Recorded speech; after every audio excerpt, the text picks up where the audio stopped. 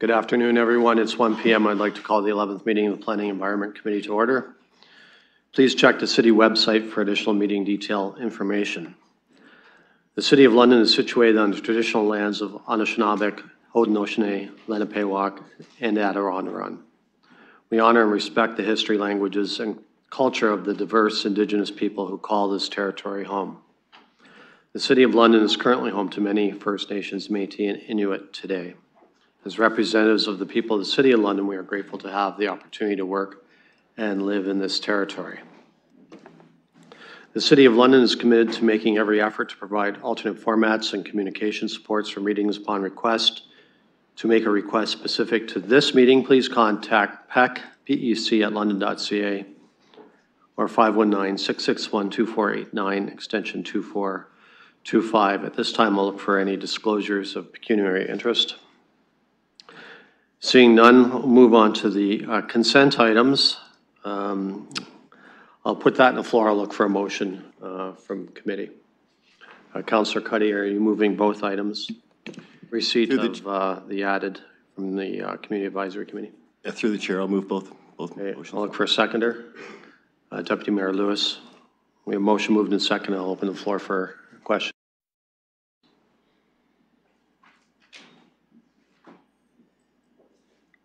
Councillor Preble. Through the chair to the staff, just on the first point, and excuse me, the rethink zoning as the draft section, it hasn't gone out yet. Do we still feel confident that the first draft can be done before the year end? I know it does state in the report, but I just want to hear the confirmation. Thank you. I'll go to staff. Through the chair, yes, that's the excuse me, that's the target in our work plan, is to have a working draft ready to circulate by the end of the year, and then that would launch our more aggressive public consultation as well. Councillor. Thank you very much. No more questions. Other comments or questions from committee and visiting councillors? Seeing none, we have a motion moved in second. I'll call the vote.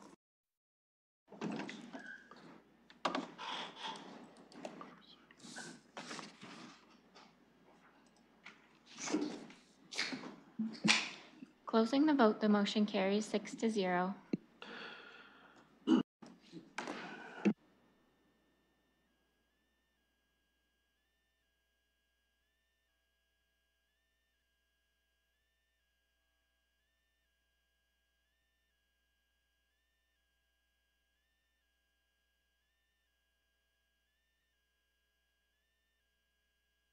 Okay, on to 3.1, and this is regarding the official plan review of the London Plan Draft Urban Growth Boundary Review.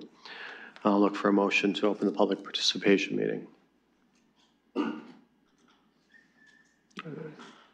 Councillor Cuddy, seconded by Councillor Pelosa. Do you have a question, Councillor? No, okay. So we have a motion to open the PPM. I'll call the vote.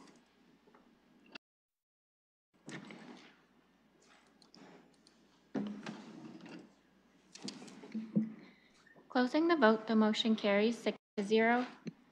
Okay, before I go to the public, I'm going to go to Mr. Mathers to kind of tee this up for us. Thank you. Absolutely. Through the chair, I just wanted to provide a little bit of background of why we're here today. We're here to look and seek public feedback, and of course feedback from committee as well, related to our draft mapping for a proposed urban growth boundary expansion. This expansion in the mapping that's been provided reflects the land needs that were approved by council in December of 2024. So this is today is an opportunity to get that feedback. This is only a draft, and there's no decisions being made as far as what the boundary is going to look like. And our recommendations are set out in the report, and those recommendations are to direct staff to continue engagement as we move forward. So with that, really excited to hear from the community about their comments on this expansion. Okay, thank you. So now I will go to the public. Look for people that would like to address the committee. Please, sir, give us your name, and you have 5 minutes. Thank you, Mr. Chair. My name is Mike Wallace, and I'm here on behalf of the London Development Institute. I am the Executive Director, and I have about 4 or 5, maybe 6 points to make on this. First of all, as Scott has said, this is the recommendation is to take this out for consultation. We We really appreciate staff's efforts in putting together the actual boundary in terms of what it would look like physically is potentially based on what the consultation process brings back. We always need to be clear, include what I was with the press earlier this week. This is not changing the city boundary. This is an urban growth boundary within the city. So all the growth, whatever the size it ends up being, is all within the city boundaries. And we're not amalgamating with other cities. We're not taking land from other communities. That is not what this process is. The size of the approximate 1476 hectares was approved by the minister, which was great. So we saw that letter come back from the minister in January. Just a reminder, this is a 30-year plan. The current urban growth boundary, guess what year it was approved? 1996. 30 years ago. This isn't, now some of you might still be on council at 30 years if you want to be Hazel McCallion or the mayor of Milton, Mr. Krantz, but the chances are that that's slim. But this is a normal process. This is 30 years of growth. 30 years, just as they did the council of the day in 1996. The urban growth boundary, in terms of actual growth, is completely controlled by the city through the GMIS process, as you'll see in the next report. Very clear that the question was, well, you approve it today, it all turns into urban growth tomorrow. Absolutely not true. It takes decades and decades for that to happen. A couple of indications would be that what does this really mean on the ground? If you look at how long it takes to get something from a piece of land currently in the urban growth boundary to a building permit, it's 5 to 7 years. By the time we do this process, the boundary's finally decided on, whatever that is, you're looking at, before the first building permit on any new land in the new urban growth boundary, will likely get a building permit at a bare minimum. At a bare minimum is 5 to 7 years away, more like 10. And then you've got 2 more decades on top of that. So this isn't ending whatever the use of that land is today based on this coming back in the fall, whenever that is up. There is the discussion, as you see from the letters, about building in and building up. And this city, this development community has been working on that. 35–40% of the development in the last number of years has happened within the built area boundary, the built in and built up. But that will end because those lands that are available for that is coming to is finite. 2 things will happen. You can start seeing bulldozers knocking down houses to build others. The expansion that the city will need to do to the pipes, just because pipe's in the ground doesn't mean it has capacity. And you'll hear more about that coming up in the next months. That is a big challenge for this city. And the third thing is that on infill, most of it is medium to high rise. And if you want all the growth that we know is coming to London for the next number of decades, to live in high-rise apartments, your children, your grandchildren, and for some of us, our great-grandchildren, that's what infill opportunities will present over the next 30 years. And I don't think that's good for this community. I don't think it's good for any community. I think you need a variety of options available to everyone. So we're in favor of this consultation. We're happy to discuss going forward. Actually, staff have reached out to us already, where they're meeting with us earlier. Hopefully this passes in the next number of weeks to talk about the proposed urban growth boundary expansion, and we look forward to that opportunity. Thank you, Mr. Chair. Thank you. I'll look for the next speaker.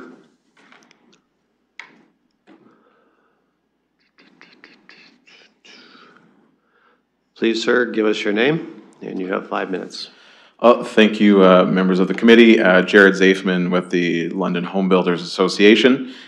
Just a couple of remarks, certainly share a lot of what Mr. Wallace just shared, so not too much to follow up there. Wanted to go back, obviously, in some of London's history, The last time that we had any land actually brought into this community, just over 30 years ago as well, I think was largely in recognition from provincial governments as well that London is going to be continually as a large urban center that's going to keep growing over the next decades. And that was 30 years ago. When we look now at some of the reports as far as how much growth is expected for our community, we know that we're going to be in the next 30 years should be almost 750,000 population. That's substantively much larger than we are now. And we need to make sure that we have enough space to grow and have housing for all people that want to be in our community. So this is very much in recognition of that. A couple of years back, my members were certainly batting down the doors at City Hall because we were getting to the point of a supply crisis as far as the number of land that was available to get built on in our community. This very much recognizes that. It recognizes the growth that's to come. London still is and will continue to be one of the more affordable large urban centers in the province. Certainly that's gotten less affordable over the last number of years, but still in comparison to so many other cities in the province, it is a very desirable place to live and locate to. And last point I just wanted to share, certainly, as the discussion goes, I know I've heard many times, that the idea and the cost of growth and moving into greenfield is more expensive and more challenging than growing inward and upward. And I think we've seen, and council has seen, the substantive cost of doing business when it comes to infill. Capacity is constrained and limited, and trying to create those expansions to that capacity is oftentimes more expensive than servicing greenfield communities. They all come with their pros and cons, but I think when it comes to the cost and what that looks like, it can actually be more affordable to do it in new developments. And certainly the other factor for council's consideration is that I will certainly share from members' perspectives from market and what people are looking for in our community. As much as there are people that want to live in an apartment, there are people that want to live in a townhouse. I think it's certainly what our members try to do is provide housing across the entire housing spectrum. And people still want to be able to own a home with a backyard. And London still has that capability because we have the land to be able to do it. And so I think what council is recognizing here with the lands coming into the boundary enables that. It enables housing across the entire housing spectrum of all types. And so I'm glad to see that coming forward and very much appreciate council's support in continuing this direction. So thank you very much. Thank you. I'll look for the next speaker.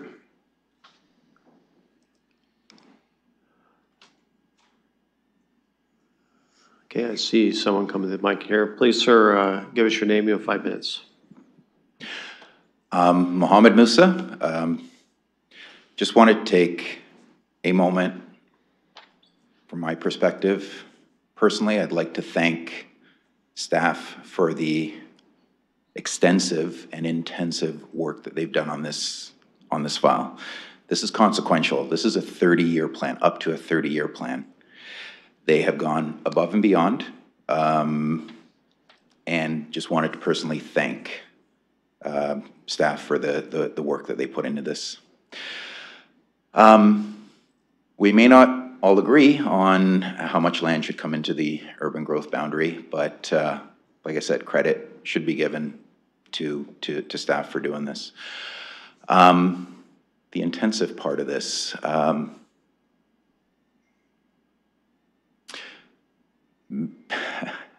land use conflicts.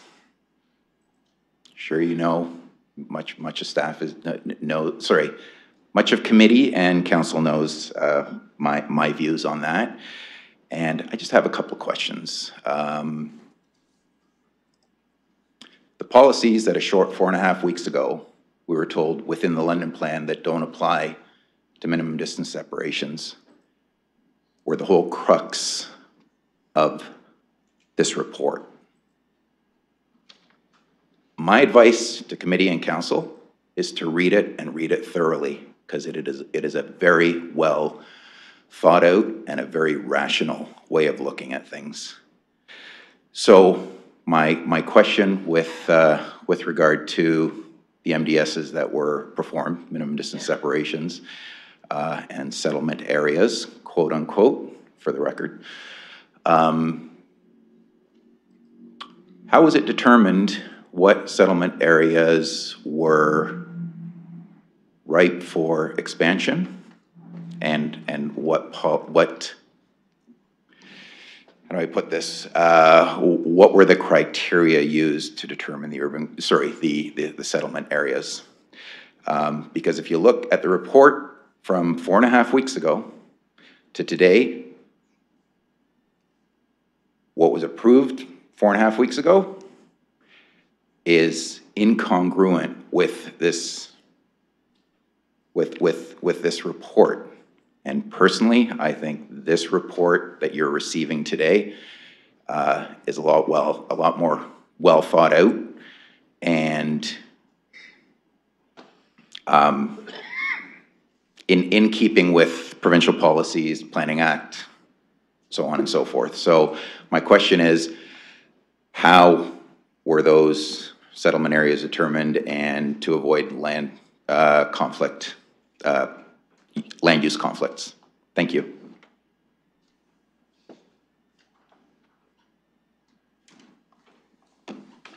Thank you. I'll look for the next speaker.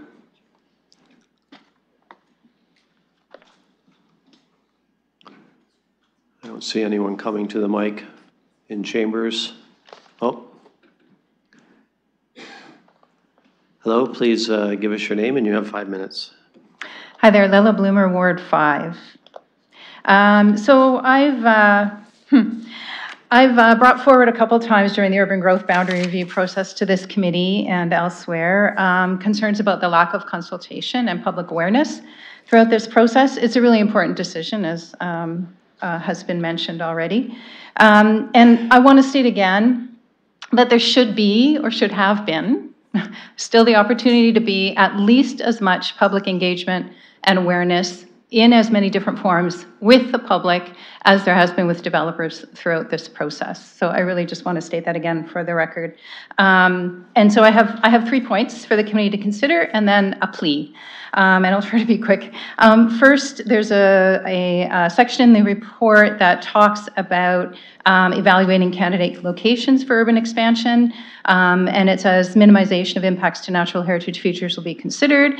And then it goes on to say many of the other climate change considerations that are relevant to land development, such as carbon sequestration potential, embedded carbon, biodiversity loss, waste creation, etc., may be considered as the site plan at the site plan phase. So my first point is, can council be requested to be clear about those considerations now rather than leaving them to the individual site plan phase, because they're hugely important. And then I also just want to make a comment that when you have a list of really important items in a report, using the word etc.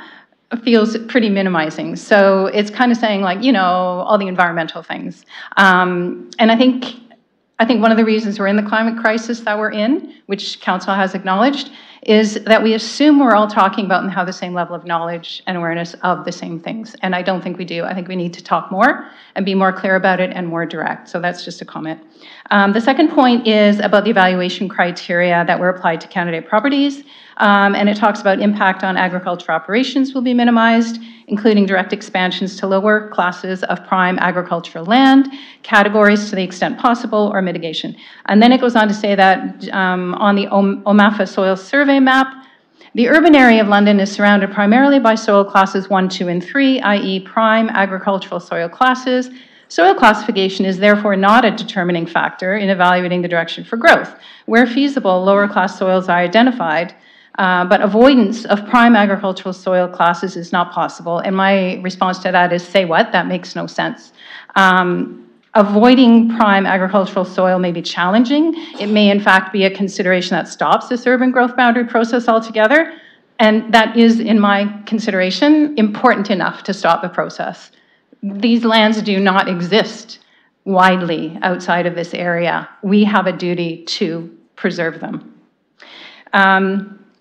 The third is, I just want to reference the letter from Chief Miskokemin, who apologies for mispronouncing that if I have, from Chippewas of the Thames First Nation. He lists a number of concerns and has 3 requests. One is a pause on urban boundary expansion until wastewater treatment issues are resolved, renewed collaboration with citizens of the Thames, Chippewas of the Thames First Nation on watershed monitoring management, a clear plan to prioritize infill and underutilized spaces before expanding outward, and a commitment to consult before endorsing any future MZOs. So I'm a treaty person. We're all treaty people. I want to know how these requests are being addressed. And I think it's appropriate to pause this process until they are addressed. Those are the 3 points. Now the plea. And the plea is, since the decision seems to have already been made, and in my mind it was made from the beginning, I'm going to ask that as changes are proposed and considered for the spaces and the places that you're going to be adding to London's growth area, that you consider those and make decisions with humility. And by that I mean an understanding of the impact that we as humans have on the ecosystems that we're part of, and an understanding that there's a lot we don't know about the impact we have on how other species live, what they need, and how we're interconnected. We can't thrive without a thriving, at least a functioning ecosystem, and we see evidence of this all around us. So more of the same, only faster, isn't going to fix the problems that we've created, whether that's decent housing or food security or the warming of the climate that's giving us extreme heat events like we're experiencing today. So sometimes when we act as true stewards and partners within our ecosystems, we have a tremendous positive impact, but most often we don't consider the harm. Or perhaps what we consider is that what we want or what we think other people want is more important than the impact that we're having on our ecosystems. And I'm going to say to you to please consider that it's not. Thank you. Thank you. Look for the next speaker. Please, sir, give us your name. You have 5 minutes. My name is Brendan Samuels. I'm a resident of Ward 4. I moved to London for school, and I want to stay and build a life here. My motivation to stick around is based on London offering affordability, healthy green spaces, and a long-term prospect for food security. I've been following your discussions about this file since last year and educated myself on the historical and policy context. I read about the annexation in the 90s and the growth boundary decisions that followed, and so I'm here today to share my concerns and my questions. First, I'm wondering if you can shed light on population projections. To me, it makes sense that your growth planning would follow staff's recommendation and use the council-approved population projection that the city's budget is based on, as the provincial planning statement accounts for. But if you're instead using the province's higher numbers, can you please explain how that projection was informed by federal immigration and international student enrollment policies? I don't really understand where the province's projection came from. It seems inflated to me. The Federal Parliamentary Budget Officer predicts the change to immigration will reduce Canada's housing gap in 2030 by 45% and judged that there is a significant risk of underestimating the outflow of non-permanent residents. Second, I'm concerned about the 30-year planning horizon of your decision, reducing the ability of future councils to limit sprawl. Staff calculated that if the city's projection were used, 1476 hectares could accommodate 42 years' worth of growth. That would mean 7 to 10 municipal elections leading up to the year 2067, in which future councils will not have the same flexibility as you do to decide how much agricultural land and green space to preserve in the city limit. Are we assuming the growth trajectory today will look similar up to 42 years down the road? By the time subsequent development charge studies come around and future councils get to revisit the matter, your expansion may have locked more than they want to build on. Third, I would scrutinize the proposed ratio of low-density builds relative to what's recommended by the London Plan. I reviewed the province's Housing Affordability Task Force report. Recommendation number 11 is to support responsible housing growth on undeveloped land, including outside existing municipal boundaries, by building necessary infrastructure to, quote, support higher density housing and complete communities. So in 30 years, will the city be in a better financial position to build and maintain the infrastructure needed for the ratio of low-density builds you're considering? It seems like this plan will incur a lot more debt along the way. Council talks a lot about growth paying for growth, but how can you assure the public that's really happening? Provincial policy on development charges keeps changing. Doesn't this growth depend on future provincial and federal governments providing funding not yet on the table? I've heard it claimed that low-density homes, if they're not built in London, then they'll end up in rural jurisdictions outside the city. For all the talk about preventing leapfrog development, where's the proof London's growth boundary can influence that? Council makes choices on behalf of Londoners about what happens to lands and resources within the city limit. This is not regional planning. If developers want to build in other places, I don't see how any decision about London's boundary is going to affect those plans. Finally, I want to express my personal concerns about transparency. Landowners who applied to have properties moved inside the boundary could see their value increase between 500 and 800%. Now, suppose Londoners want to know how applicants are engaging with councillors and senior staff. I read an analysis online showing that some of those applicants donated many thousands of dollars to certain candidates during the last municipal election cycle. A few of those donations... Sorry, sir, I'm going to just caution you right now. When you get into perceived reasoning behind city councilors are very transparent of where donations are made, and they're allowed by the Municipality Act. So I will just caution you, on casting aspersions. Yep, I do not mean to cast any aspersions or to imply there's a conflict. I just wanted to revisit a decision from 2023. London is one of the fastest growing cities in Ontario, yet unlike its peers, London doesn't have a lobbyist registry that requires lobbyists to register their activities. When a proposal was brought forward to study creating... Hold on, just a second. We've got a point of order over here. Deputy Mayor. Once again, Chair, per your previous warning, decisions made by other committees of council a year ago are not relevant to what is before us, which is the draft mapping of the proposed urban growth boundary expansion. I will say again, sir. Okay. You are getting into areas of registered lobbying, and that was an issue dealt with a while back. This is not why we're here today. So, again, I caution you. Please go ahead. You have 30 seconds. Okay. You know, I'll end it there. Thank you for your time, and I look forward to following the rest of this process. Thank you. I'll look for the next speaker.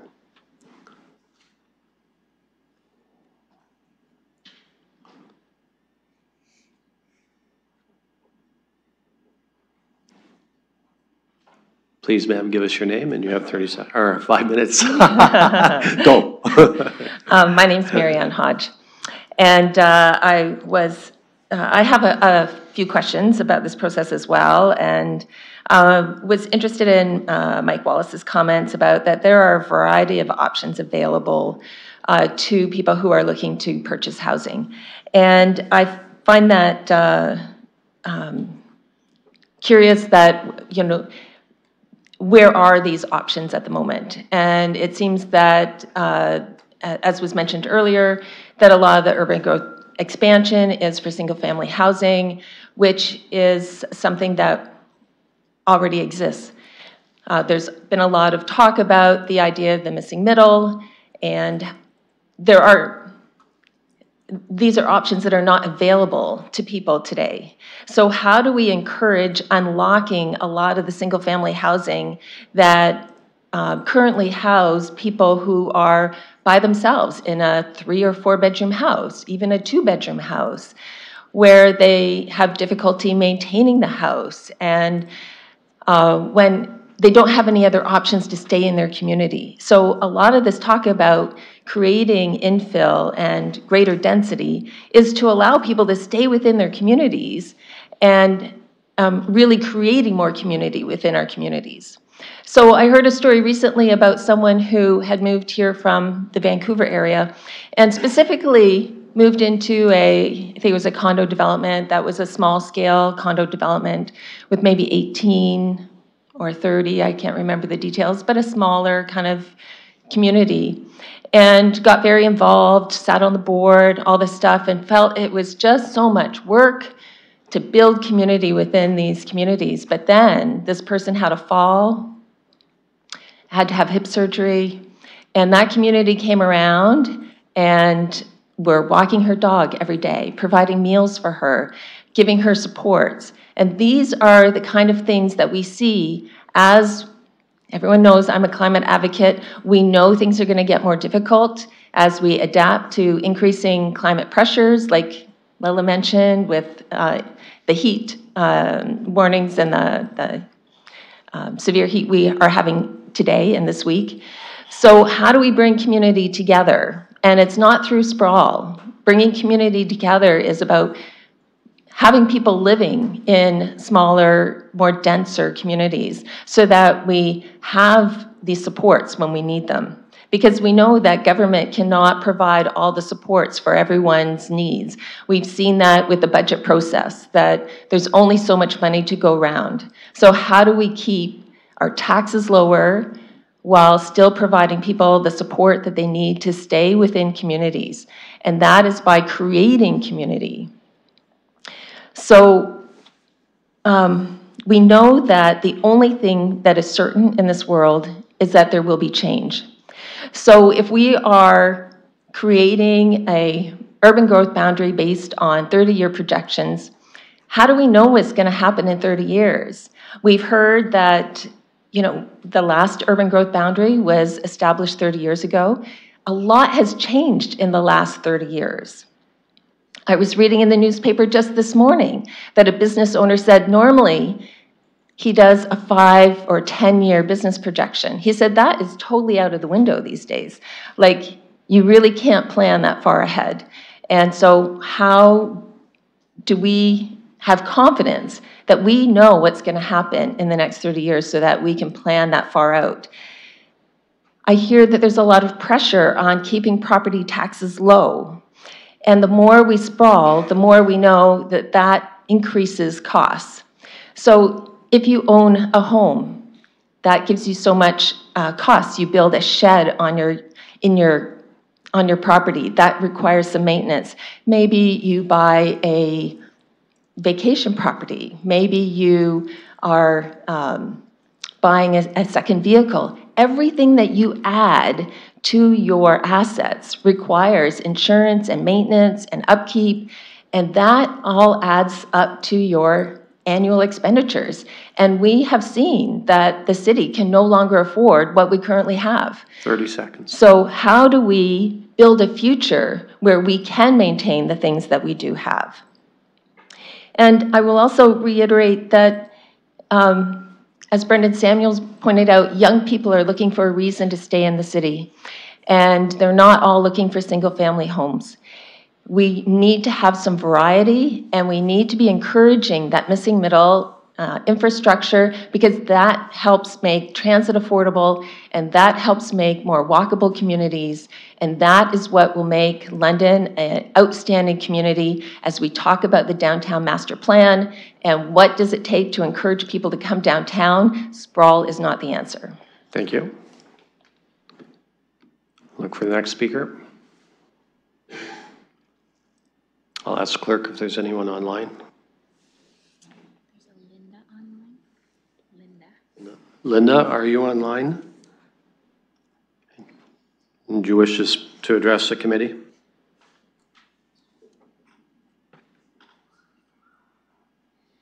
I'll ask again. Hello, yes, hi. I am online, but I do not wish to address the committee. Thank you, though, for your time. Okay, thank you. I don't see anyone in the gallery. I don't have anyone else online. Oh, please, sir. Please give us your name, and you have 5 minutes. Good afternoon. My name is Jug Minocha.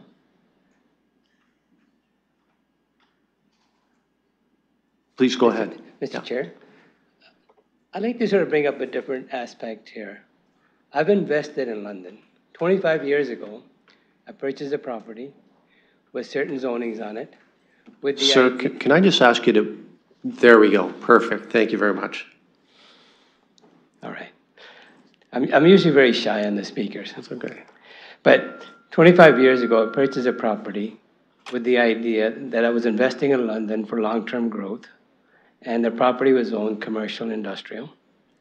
And since that time, I found that London has made it a priority to develop industrial lands on its own as opposed to having the private sector doing it.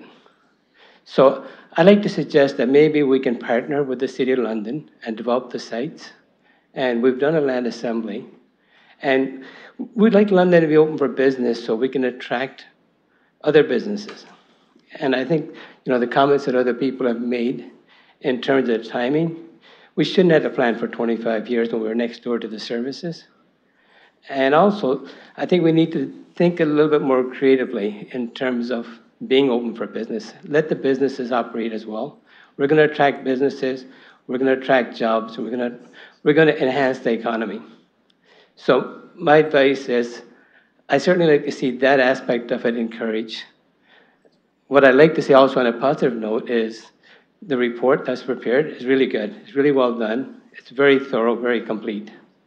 So I'd like to get a little bit more thinking on it, that can we somehow allow the businesses to operate, allow some flexibility so that we can open up businesses and allow other businesses to come into our town.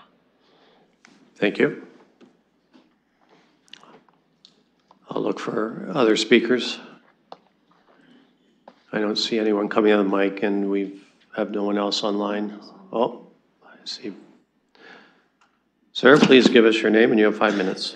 Tom Grieve I live on Wilton Grove Road.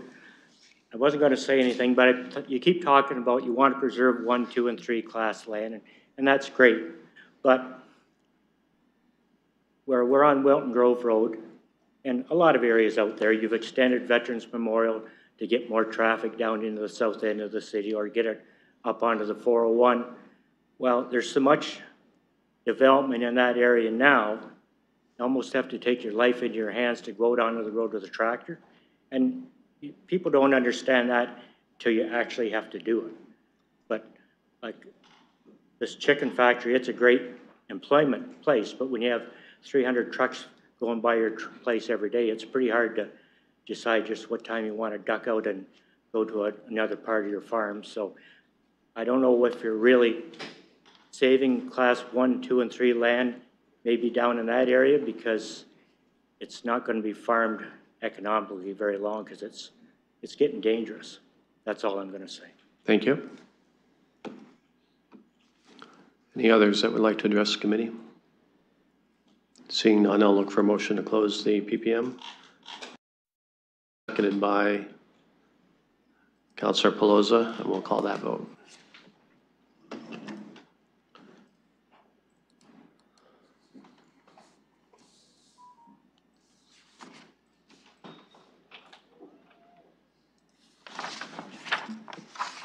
Closing the vote, the motion carries 6-0. Okay, I'll put this on the floor for committee, looking for a motion to get things going. Deputy Mayor Lewis? Yeah, I'm prepared to move the staff recommendation. Okay, I'll look for a seconder. Councillor Cuddy. So we have a motion moved and seconded, and then I'll open for questions, comments. Deputy Mayor Lewis. Thank you, Chair. So first of all, through you, I want to start, if you'll permit, with a question.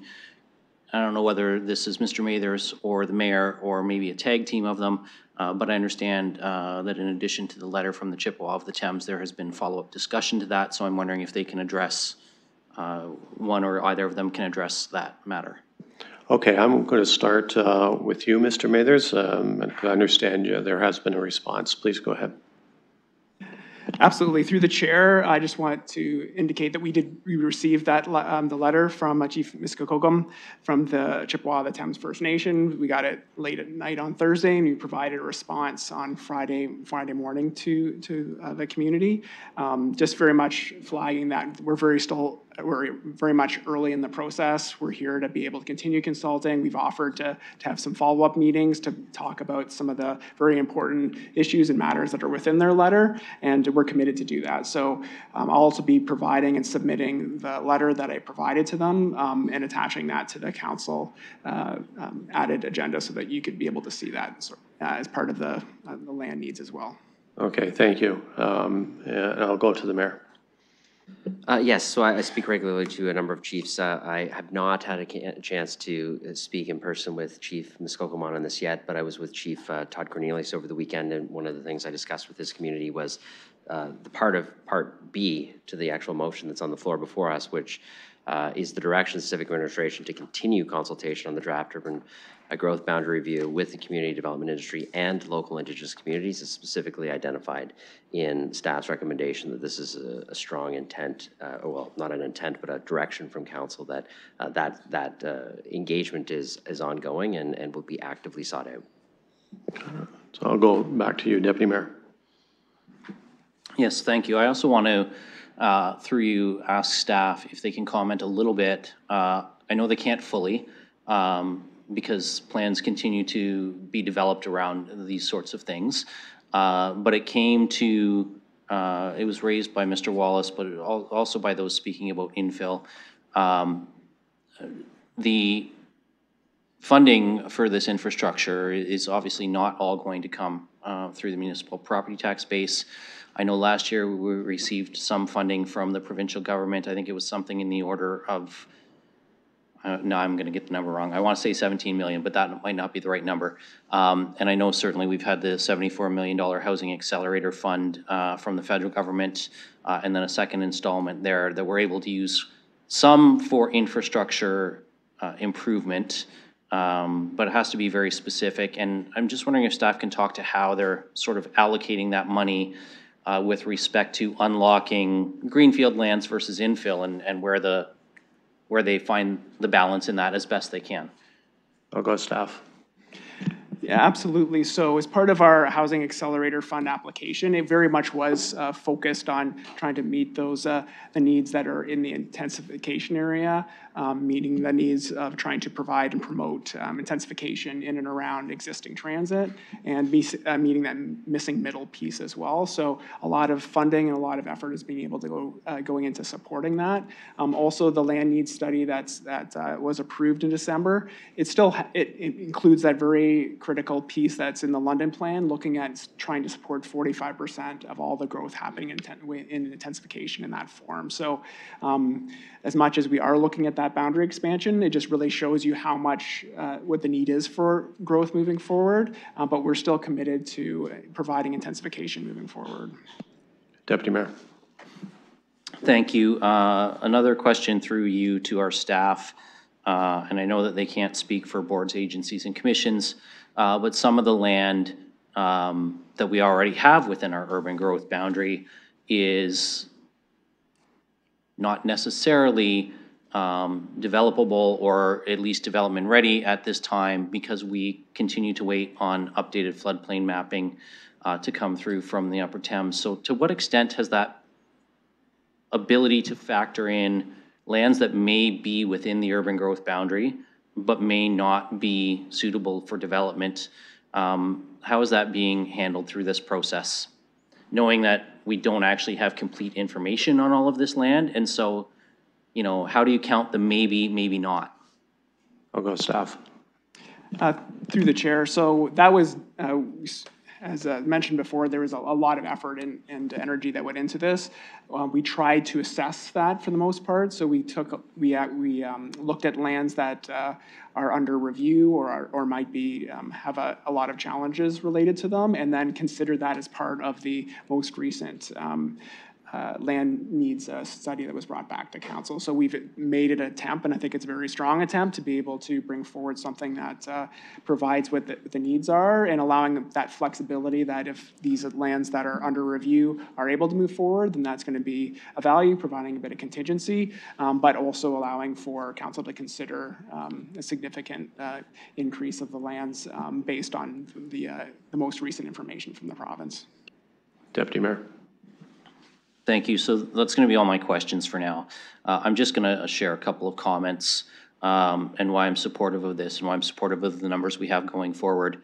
And I'm going to specifically speak to the ex-urban growth factor as one of those reasons. And there actually are credible reports, including from London's own Mike Moffat, who is a world-renowned expert in this field, around the fact that when municipalities restrict growth patterns in their own boundaries, that you see ex-urban growth in satellite communities. And we see it all around London. It's a matter of seeing is believing. And if you go to Thorndale or Dorchester or Kamoka Kilworth, you see what is happening, where families who want to choose a single family home are moving out to these communities, retaining their jobs inside the city, and commuting further every day than they were if we had been able to accommodate them within the city limits. Not only that, but we then undermine our fiscal capacity to service the lands we do have, because while they're utilizing our infrastructure, they're not actually contributing to the property tax base. And while the county's happy to have their property tax contributions, that doesn't help us renew roads or sewers or those things. And so that Moffett report, while it was authored approximately 2 years ago now, the trend lines that were shown in that continue, and we can see that with the pace of development outside the city. I will always say that when it comes to preserving agricultural land, the best place to do that is in active farming communities where there's a cohesion that you often don't get in a large urban municipality like the City of London. That said, I think we are still being very cognizant of the fact that South London, where there's still some considerable agricultural activity going on, you don't see a lot of proposed additions to the urban growth boundary in this draft map, and I think that there's good reason for that, both in terms of the cost of servicing, our ability to treat water, wastewater, and the pumping infrastructure that would be needed on what's a fairly flat piece of geography for our city in that particular zone, and as well as some of the impact with regard to our Indigenous partners as well. So I think that there's a reason that that is the area where not all of the requests to come into the growth boundary are being recommended for us. There's quite a few that are not, and the areas that are being recommended are largely coherent with existing neighborhoods. You know, we don't see any leapfrog recommendations. We see the recommendations being pretty coherent with where development is already just inside the boundary, and so you're not going very far from existing services to extend some of these lands out. I do have a few concerns about some of the what I'm going to call key cuts, where we don't necessarily see a logical dividing line, where we perhaps, and I'm just going to use Commissioners Road for example, where we have a couple of properties recommended to be brought in out near Commissioners and Hamilton's intersection, and then a couple of other properties on the same block.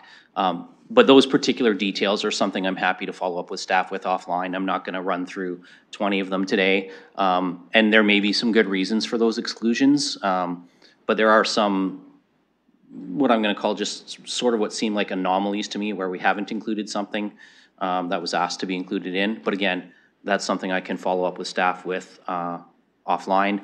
There's lots of time left in this process yet. All we're doing today is making a recommendation to receive the draft maps and continue with consultation moving forward, and I'm very supportive of doing that. Thank you. I'll look for other speakers. Councillor Pelosi. Thank you, Mr. Chair. I do have a series of questions. I'll start with a question to staff that Part B of the motion is that staff be directed to continue consultation with the community, the development industry, and local Indigenous communities. What does that consultation look like? Is it community meetings? Is it just receiving, not just receiving, but receiving the emails that I know I've been forwarding people to Mr. Macbeth as they send in information and questions. I'm like trying to funnel it there. What does that look like? And when will we hear back from you for an updated report, or what's the next steps? I'll go staff. Thank you, through the chair. So we intend to continue having community meetings, meetings with the Indigenous groups. We've sent out a request since receiving this letter as to trying to find some availability to meet with the Chippewa. There's some landowner requests in the community information meetings that we've already held where there's requests to not be included, so we will continue to look at those. And then one-on-one meetings with landowners who wish to meet with us. We aim by the fall to have broader community consultation. And I would also note that this is the non-industrial land needs, not the industrial land needs. So that will separately, a draft is intended to come back by the fall, and then they would work together when a final one with just one map would come back. And the target at this point is by end of the year for that. Councillor. Thank you. Was just reading through on page 11 as we talk about the Pottersburg WTP, and that would be the most expensive. I know some of my residents were hoping for different outcomes. That it kind of seems that that area will not be prioritized based on the cost of expansion. My question to follow up with that is page 18, the southeast. I know I had some residents reach out directly, and I'm glad to see in the report for rural settlements of Broccoli and Shaver that staff is not supporting the expansion of the neighborhoods due to the London plan. and I know it is an isolated community segment within South London. Looking through you to staff to see what allowed it to be created in the first place, since we're saying no more expansion, like what triggered them being allowed to be there? I'll go staff on that question. Through the chair. So that would have been a rural hamlet that was brought into the city prior to these annexations.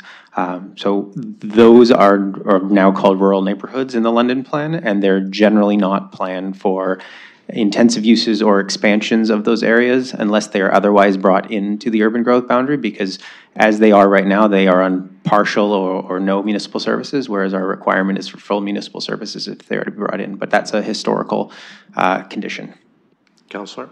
Thank you. And when we do have those historical annexations of into London, is there no obligation or expectations of those residents now being Londoners and tax-paying Londoners to have a certain amount of city services or to be included in plans for their growth of their community?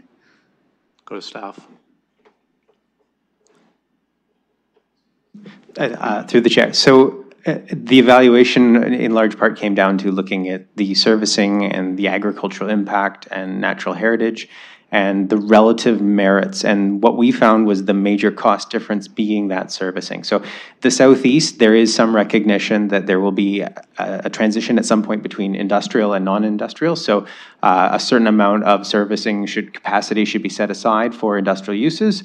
And there's also the sunsetting of the Vauxhall plant, which makes it more expensive. But looking at whether or not they were planned for something else historically is not intended to be a reason to advance a certain area over another. It was looking at the relative merits of the lands and larger blocks as a whole. Councillor? Thank you. I appreciate that, but as the ward councillor, I know my residents already feel a little bit left out and slighted, having limited to city services, and some were definitely hoping for a broader sense of community and finally getting to have neighbors and basic infrastructure like sidewalks.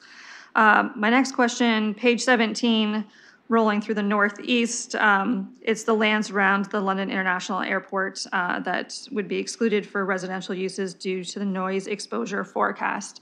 Other cities certainly have some residential development in, near, and around airports. So is that just what triggers it here that we won't have anything in that area where other municipalities do have development of residential within a certain area?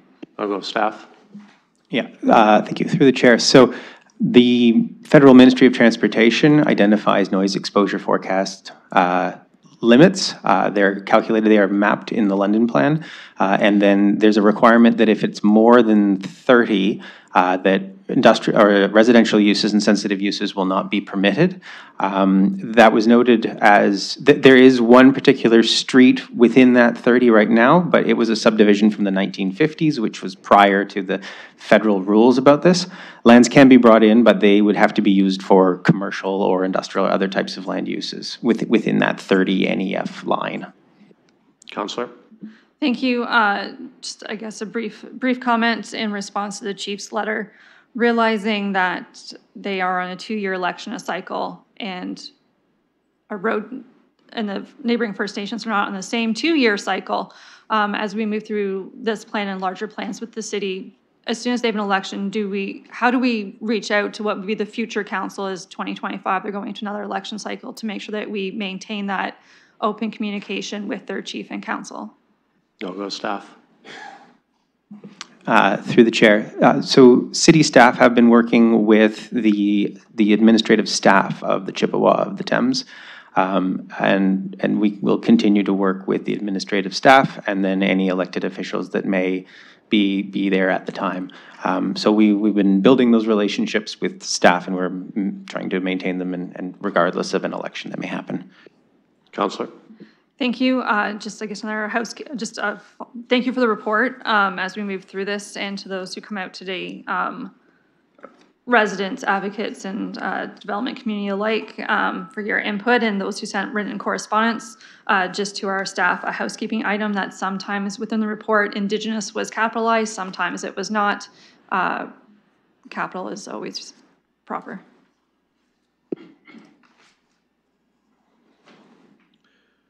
I'm just going to go to the mayor. I believe the mayor would like to just comment on the previous questions there. Yeah, I just wanted to add some context for Councillor Plaza about, I know staff do staff-to-staff outreach after the local and Indigenous communities have their elections. I would also endeavor on behalf of council to reach out with, which I have in the past, notes of congratulations. You know, if it's a re-election, that's great, as happened in Oneida. Chief Cornelius was re-elected. He had some new members of council, so we worked on kind of providing those introductions. But if there was certainly a change, it would be both an engagement with the outgoing and the incoming chiefs about transition, and then the ability for me to highlight, you know, the types of introductions and partnerships that we've kind of been working on, and how those transition into the, you know, the new directions that might be set by those organizations. So, you know, I would endeavor to play a role. I know there's always staff-to-staff role, but certainly that role as well. And I know individual councillors have, you know, their own relationships with some of the council members as well. Thank you. I'll go to Councillor Hopkins. Thank you, Mr. Chair, for recognizing me. I'd like to start off with a couple questions just from, this is a public participation meeting, questions that I've heard from the public that I'm kind of curious to know as well. So through you, Mr. Chair, just following up on the question around environmental considerations, is that done now through the process of the urban growth boundary review, or is it done through applications? That's question number one. The second was around the population projections. Do we use the provincial guidelines, or do we use our own, or do we use both, would be my question. And then the third one is, through you, Mr. Chair, around the MDS, and I hope I got the question correct, that when it comes to settlement areas, how are the settlement areas determined? In other words, what criteria do we use as it relates to the MDS? Those are the three questions I'd like to start off with, and then I've got a few comments. Sure. Okay, I'll go to staff. Through the chair. So the lands that have been identified are the entire blocks. If you look to Appendix E, I believe it is, it includes known natural heritage features that are on Map 5 of the London Plan. So for the calculating of developable area, we started with the entirety of the blocks, discounted the natural heritage features, and then discounted buffers around them. All of the buffers and natural heritage features would be required to be evaluated through normal processes as part of a planning application if they were to come within the boundary. So subject land status report or an EIS as required, and those would be confirmed. But for the purposes of determining a developable area, we discounted them for the purposes of this process. For population projections, the December 2024 report was identified that the land needs assessment was based on 2024 Ministry of Finance population projections, and those are released annually in the fall. So if there's an update to that, we would see that in likely the beginning of October. And for MDS, if I may anticipate, this relates to the question in the gallery as well. So in the appendices, the MDS was a calculation of barns or with or could house livestock adjacent to any of the lands being identified to be added, or any of the lands where a landowner request was made.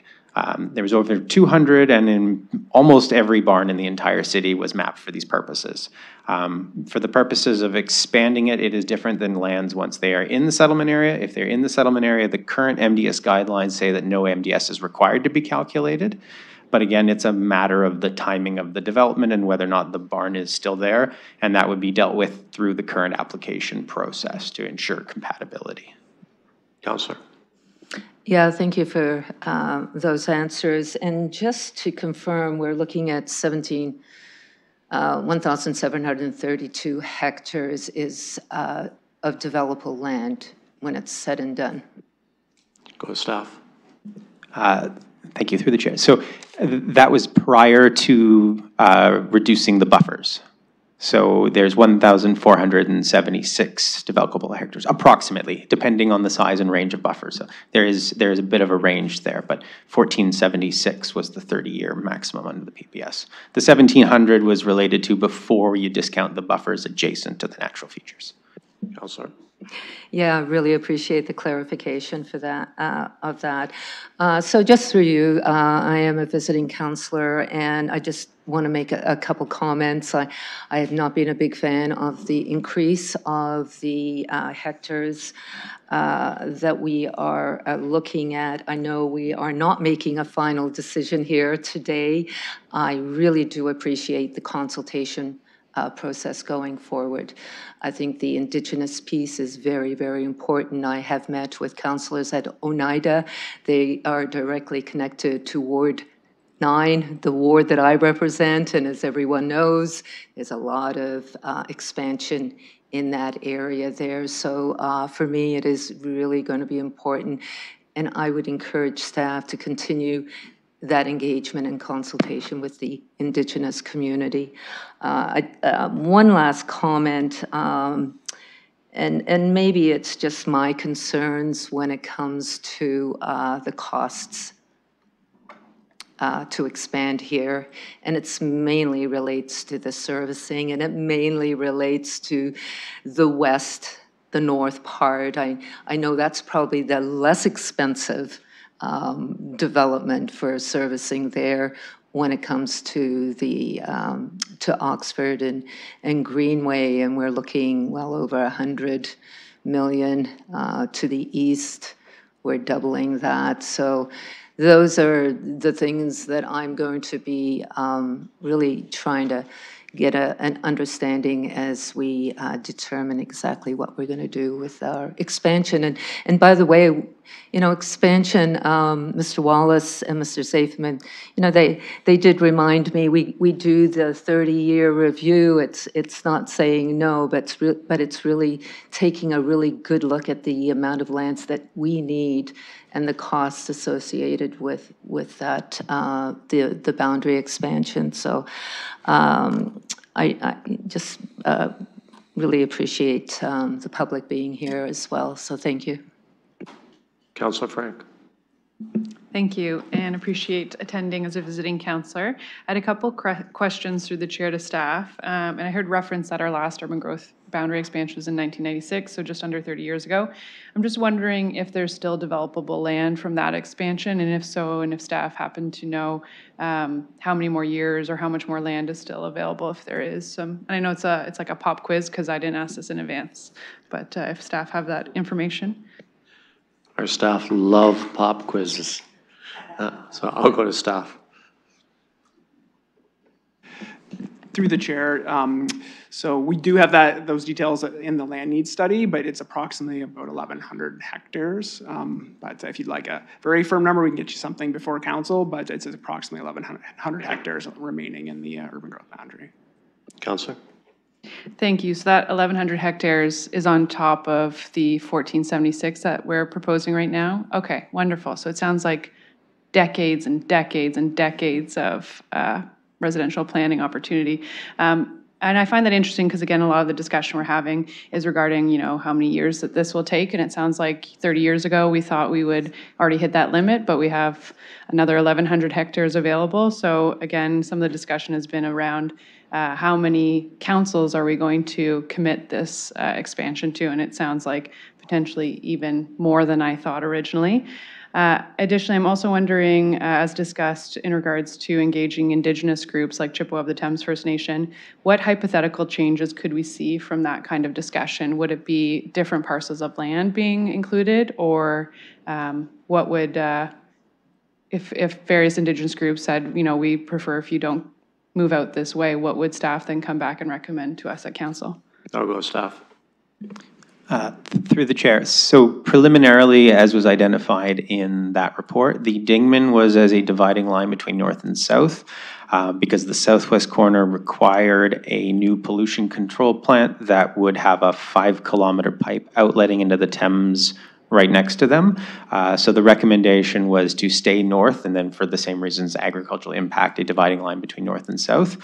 I sense it's too early to tell what the implications are about whether or not there is discussion points or further reviews based on the city's wastewater treatment processes, but we wouldn't know how much revision we would be recommending until we've had further discussion with the Indigenous groups. I'll go to Mr. Mathers.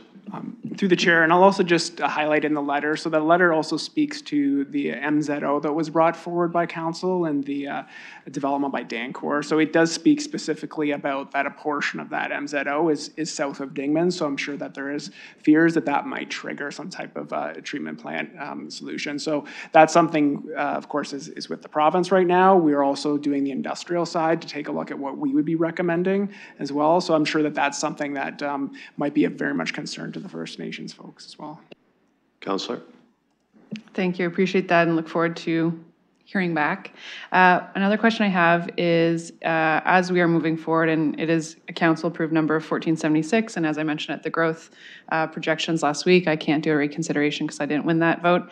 I am wondering, how will we ensure that folks who own property won't clear-cut forests and woodlots and fill in wetlands over the next 30 to 40 years, because I know right now, I think we do a flyover for LIDAR once a year, but unfortunately we miss many parcels of land that are clear cut or wetlands are filled in. So I'm just wondering what staff plan to do to try and ensure we don't lose more of that environmental green space. I'll go staff. Through the chair, so we also have the site alteration bylaw where now you're required to get a permit if you do want to remove a feature. So there is a process associated with that outside of the planning and development processes. Councillor.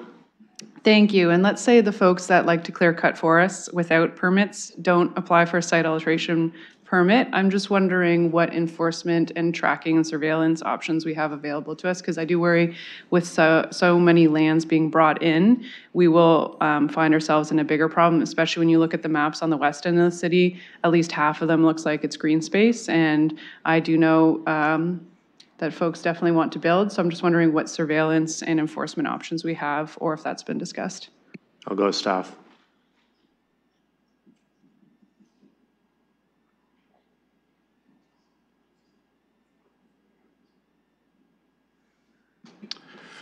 So we do monitor the aerial photography that comes out annually, also as well, so we do track some of those things as well. Often we receive complaints, which then triggers bylaw to reach out, and then we have fines, we have those sorts of penalty measures associated with that, including up to restoration if they're found guilty of an offense. Councillor. Thank you. Yes, and perhaps I'll take this offline to chat more, because I do think, again, with this much land being brought in, I would like to see more regular surveillance and perhaps hefty penalties to deter culprits. So I'll just move on to comments now mostly. So I feel like I've shared it plenty of times, so I won't go over too far, but I do think I definitely would feel more comfortable if I could get all the developers to pinky promise that they wouldn't have X urban growth if we approve this number. But I doubt that they would all pinky promise, unfortunately. So I think at the same time as we are growing out and sprawling, they will continue to build wherever they have property and it's financially feasible to them. So I don't necessarily feel that is a strong argument for me to convince me that more land in London will mean that they'll build less outside of London. Even right now, we know that, unfortunately, given the economic position we find ourselves in, that builders aren't building even though they have permission to, and they have the parcel of land ready to go and it's all serviced, just based on the market conditions. Unfortunately, they're unable to build, which makes sense. If I was a business person and I couldn't sell my property, I wouldn't build it. But then we have this discussion about we just need more supply. But if developers are the one building the supply, and they don't build the supply, how will the housing costs go down? I don't follow that logic all the way to the end, because they won't build them if they can't sell them. And so by making land cheaper, it doesn't necessarily change the market conditions. It doesn't necessarily make things more affordable. It doesn't necessarily make it easier for people to buy this property. So I think a lot more goes into the housing price than just having cheaper land. And I don't really feel the need at this point to just be sprawling out as far as we possibly can. I think, again, having planned, intentional, realistic growth will result in a better product. And I'm looking 20, 30 years down the road at a city where I want it to be livable, I want it to be walkable, I want it to be complete, I want there to be parks for everyone and community centers. And we already have areas in the city that we do not have that. And we already have neighborhoods that do not have the same services that other groups do. And I don't necessarily, again, see building new subdivisions on the edge of the city as solving that problem. So appreciate where staff are headed in this direction. I'm not on this committee, so I can't vote, but at council, again, I will not be supporting this path forward because I still think that we should be doing less hectares than we're looking at. But thank you. Thank you. I'll go to the mayor. Thank you. I'll make a few comments. First, I'm going to support the staff recommendation, which is to receive the report, which is based on the council approved and staff recommended numbers that have already gone through council. Direct the consultation, which I think is appropriate. We've got maps that people are seeing for the first time, and lots of consultation is probably appropriate to ensure that concerns and issues can be dealt with and embedded into the process. So I support B. And of course, receiving the report makes a lot of sense as well because staff did a lot of thorough work in developing this. So, for what's before us today, I certainly support moving to the next steps in the process. I think that's appropriate. I also want to recognize something that was said by our staff too, is that this is part of the process, but there will be the parallel process on the industrial land needs that will all factor into an overall mapping of this is what residential, commercial, industrial development expansion looks like in the city, and it'll all be a much more complete picture. At that stage in the process, this is just one piece of the puzzle. I want to make a couple of comments based on some of the debate. I know not all exactly related to what's before us today, but I mean tangentially, it's probably an important part of the discussion on costs and water and wastewater costs, which came up. I'll say, and I've been pretty clear on this, when the province started handing out exemptions that weren't funded by the province, they kind of ended the era of growth pays for growth. Like the province and the federal governments, we want development charge freezes and reductions. They've decided to go down a different path on funding infrastructure in the province of Ontario, and that involves government being involved at the provincial level, funding infrastructure directly that otherwise may have been accommodated through the DC fund. And given how we have grown related to this, given how we have grown, which is a much more intense form of development rather than single family homes, which is way behind our projections in the DC fund and way lower year over year than we even anticipated in our own numbers. We're growing much more intensely than we did before, which is actually creating a bit of a financial challenge within the DC fund for us, but is actually a pretty good thing for the 45% intensification target, which we have, which is the next piece I want to mention. The existing land inventory, the 45% intensification target, these are things that are actually factored into staff's work on this when they made the original recommendation and then when we considered the growth boundary and the projections forward. So we're certainly still committed to that, and just because there's growth or the growth boundary moves doesn't mean that's the end of the process and suddenly people can just go out and develop. There's still all of the planning processes, applications, the level of intensity allowed on these sites. And I'll say, I have gone out and toured a number of parts of the city. Yes, there's still single-family home greenfield development happening in parts of the city, but there's actually a much more, what's more common is a little more intense form of development, whether those be townhouses or even, stacked townhouses, which are being developed on greenfield lands, which are much more intense form of development that we wouldn't have seen on greenfield. So I think when we're building, we can anticipate that there is going to be a level of density here. It's not all going to be, all of these maps are potential single-family homes and that's it. Like if you look what's actually happening in the city, the market demand right now is actually for a more intense form of development, even on greenfield sites that are coming in through the processes. And we'll certainly have the ability to discuss and talk about those pieces through the regular planning processes. And then I just wanted to thank our staff for the work on this. Like this doesn't happen very often, every 30 years or so. So this is an incredible amount of work for our staff who already have lots of work to do, given all the things that are generally happening in the city and all the applications that we processed last year and all of the change that's happening with provincial rules and them keeping ahead of it. For staff to be able to put this together, I just really appreciate the work that they've done and appreciate that it'll be a tremendous amount of work moving forward to complete all the consultation, pull all these things together and bring something before council. So certainly endeavor to support you as best I can through the process, and just wanted to say, thanks for the work that you've done so far on this, because I know it's not a small amount of work.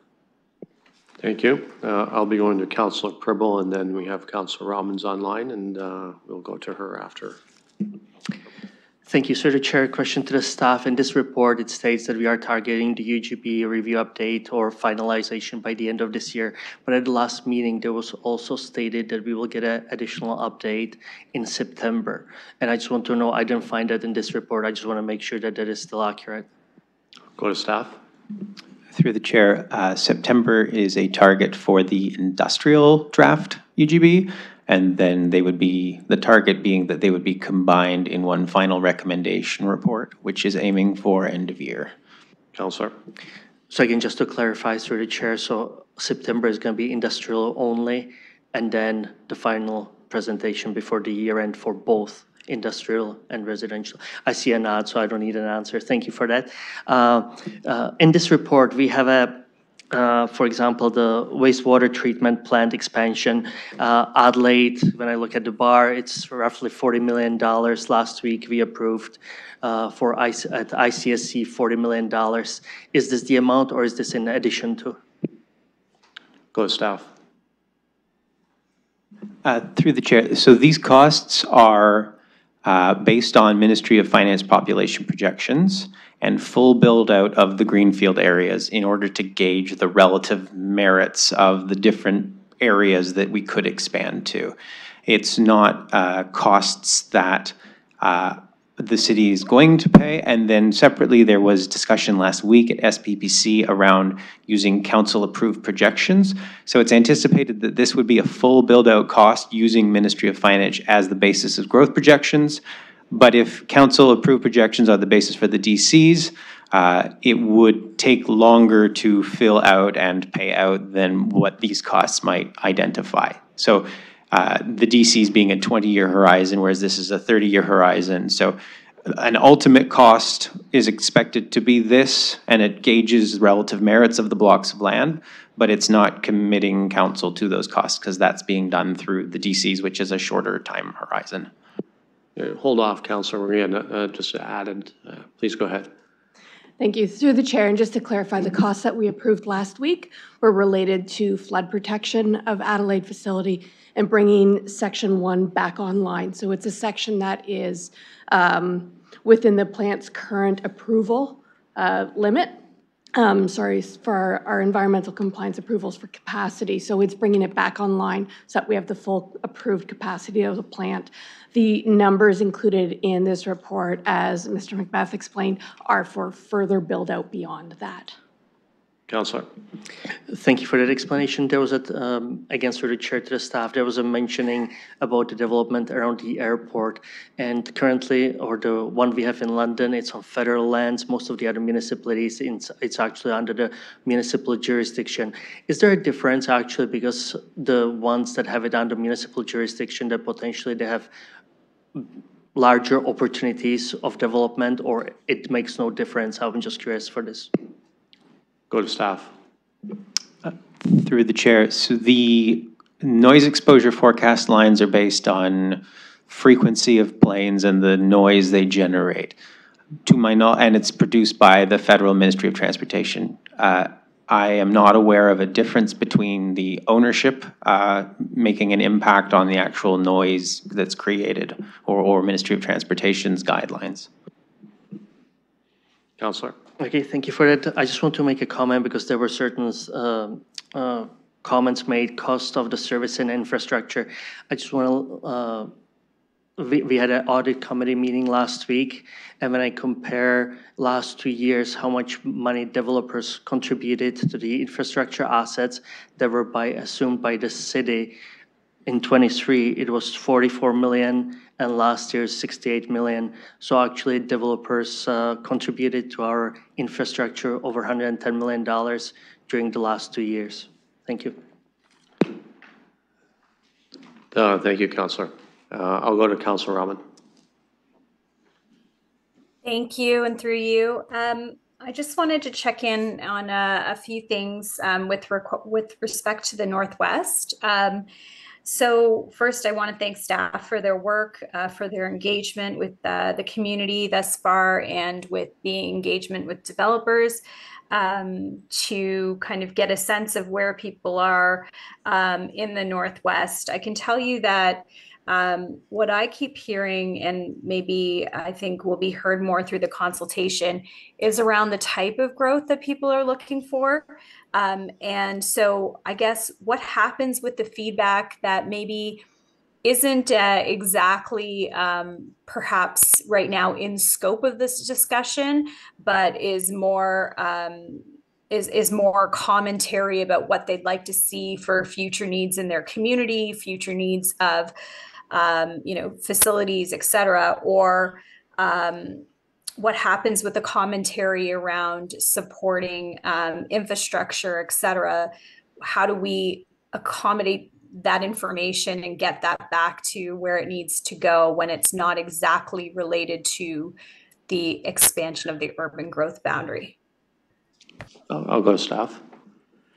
Through the chair, so I think it's important to keep in mind that this process is to delineate the new urban growth boundary. It's not necessarily to assign place types or those specific policies that will direct growth in the area. So we have a future growth place type that is assigned on the outside of longer term growth areas. And it requires typically a planning process to be undertaken to do that more detailed planning for those lands, and it would decide what place type would ultimately apply, whether that's neighborhoods or a shopping area or something else like that, as well as some of those community amenities. So this process is not intended to do that detailed planning work for every neighborhood being brought in, but there will be future planning processes where we go through that. Councillor? So how does that get messaged? Thank you, and I appreciate that. And through you, how does that get messaged out to the community then, that this isn't the time yet for those kinds of conversations? Because that particularly spurs a lot of interest amongst my residents. There are some things also in the report that I just wanted to highlight as well. So I guess I'll go for that follow-up and go from there. Go to staff. So that's a good point, and through the chair, excuse me, that's a good point that we can include in our future public consultation and highlight that fact. We can also down the road, when we do get to those more detailed planning processes, ensure that we're giving sufficient notice and bringing community in to contribute on that side as well. Councillor? Wonderful, and thank you. That really supports the things I hear from community, which is I would love that piece of land for a community center. For instance, in the Northwest, I hear that quite often, or that would be great for additional commercial or something of that sort. But I also hear from residents that are concerned with some of the maybe that's the way that these things are worded, but in the report where it says things like preserving agricultural lands in other parts of the city by higher utilization of lands in the Northwest. I'm just wondering, I understand that that's perhaps the logic and wanting to ensure that the developable lands are contiguous, but at the same time, it feels like we're saying, well, these lands of agricultural use in the Northwest aren't as important, but there's still lands that are open space right now. They're lands that have, vegetation, trees, et cetera, on them. So the fact that we're saying, oh, well, they're not as important for the Northwest, but that way we preserve agricultural land in the Southwest, I think is also a bit concerning. Just wanting to get some feedback on that. I'll go staff. Thank you. Through the chair. So as part of the province's guidelines on an agricultural impact assessment, one of the elements they identify is that if an expansion onto prime agricultural land can't be prevented, certain measures you can take include drawing an urban growth boundary that limits fragmentation. So the concept of a contiguous rural London being the south of London identifies that other areas such as the Northwest are expected to be, planned for future growth for other uses, in part to prevent fragmentation in those other areas. Again, based on the size of expansion you're allowed to have based on your land needs. But we do appreciate that perhaps the language might come across differently. Councillor? Thank you. Appreciate that feedback. And I understand that constraint from the provincial perspective as well. When it comes to other things that we consider when we're making these decisions, significant market demand and opportunities for logical expansion is also stated in the report. Again, the challenge for folks in the Northwest is, well, we've been doing this for quite some time. And what we're lacking is we're lacking the other infrastructure that goes along with this growth. So they're saying to me, Councillor Rahman, this is a lot of growth in our area, and we still don't have a community center, and we still don't have the road network we need, and we don't have transit, and we don't have all these other things.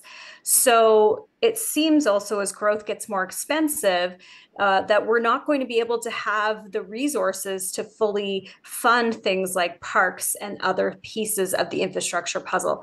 So I'm just wondering, why do we see this as such an advantage to add more land when we can't already keep up with supporting the additional land we put in and provide the services to Londoners that they want? I'll go with staff. Through the chair. So again, this as mentioned by Mr. Adama, so this is largely to identify the urban versus rural designation change. But then as a subsequent step, we go through the development charges bylaw and we identify portions within it, so a servicing line, the smaller line within it, as growth happens further out. And then obviously there's other applications. But as part of going through the development charges study, which is the process is just beginning, all the service areas look at what the costs are and timing based on projected growth. So that would include the capital planning for community centers and for Parks and Rec and other services as well. So the expansion in any given area, if there's an allocation of new housing in different areas, the DC process would be where they would look to support it with other community uses and other elements of community growth. Councillor? Thank you. I appreciate the answers. I look forward to the continued consultation over the coming months. Thanks again. Thank you.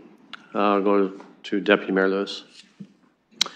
Thank you, and I'm going to be really brief, but Mr. Macbeth just raised the DC charges bylaw update, and I just wonder if staff can quickly remind us, because I've heard pause and delay and don't make decisions on some of these things in terms of some of the feedback we've been getting, but we are in fact on a timeline so that we can get this done, so that we can create the new development charges bylaw. So I'm just wondering if staff can remind us what the timeline is that we are on. I'll go staff. Thank you, through the chair. We're currently on a good path to achieve the deadline for the 2028 DC bylaw. Currently, the master plans are currently being developed. That's a key feed into the actual development of the background study, with an effective bylaw date of January 1st of 2028. Deputy Mayor. Sorry, I should have been a little more specific, although I appreciate that information too, that we're aiming for the 2028 DC bylaw. But in terms of finalizing UGB changes or urban growth boundary changes, when do staff need those in order to inform all of the other components that feed into that 2028 DC bylaw? So I'll go staff.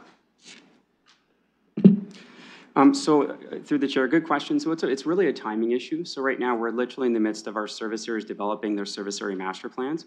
The sooner we get this work done, the sooner the service areas can then actually plan for the necessary infrastructure to support growth.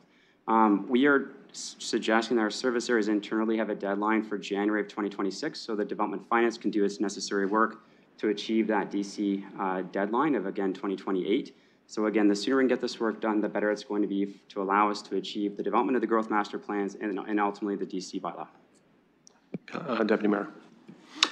Thanks, Chair. And I just that was important, because to get to January of 2026 and make a decision on this in order to meet the 2028, I mean, it might sound like, oh, that's 2 years, but there's a lot of work that goes into developing the DC charges bylaw after the urban growth boundary changes are established. And for us, actually, as a council, we will be moving into an election year next year. And so it's important that we make these decisions ahead of that. When we talk about binding future councils. The urban growth boundary doesn't actually bind future councils to anything, because through the GMIS, through the development charges bylaw, and through those other things, pacing of infrastructure rollout and development can be managed through those other tools, as Mr. Wallace kind of indicated in his comments too. Things like the Parks and Rec Master Plan, the GMIS, all of those things play an important role in pacing. So just thought it was important to remind everybody what the time frame we are on to get a decision on this by January of next year. Look for other comments. Councillor Frank.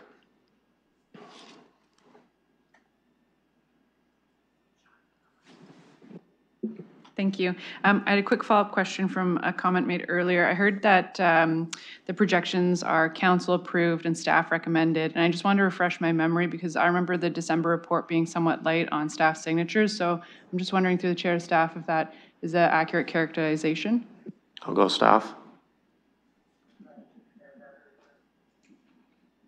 Through the chair, so the way that the December report was structured is there was two components, and there was the component that was supported by the planning team, and then there was the component that was advised by the previous council recommendation to look at the economic piece. So the piece that was supported by our staff team, which is what was finally approved with the increase to the 30-year projection, which was also something the council discussed and approved. That was something that was supported by our staff team from the planning group. Councillor. Thank you. Yes, I just wanted to get that because I didn't remember it exactly that way, so appreciate that. Other comments or questions? Councillor Tressa. Thank you very much.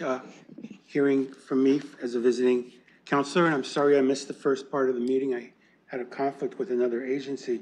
I want to focus my brief questioning on 2.12, agricultural impact assessment. And I'd like to refer specifically to the letter that we received from the Middlesex Federation of Agriculture. I'd like to look at Part B of the recommendation. And I'd like to suggest, although I cannot make amendments here, I will try to make this at council. I would like to see, since we included the categories of community development industry, local indigenous community, I'd like to add, I was thinking at first the agricultural community, but actually it's broader than that. It's not just the agricultural community, it's the food production community. Because increasingly, we're going to be looking at a situation where a lot of our food in this top quality soil is not necessarily going to be produced on large agricultural industrial parcels the way we used to think about the production of large agricultural industrial parcels, but smaller and smaller parcels that can be interlined throughout the community.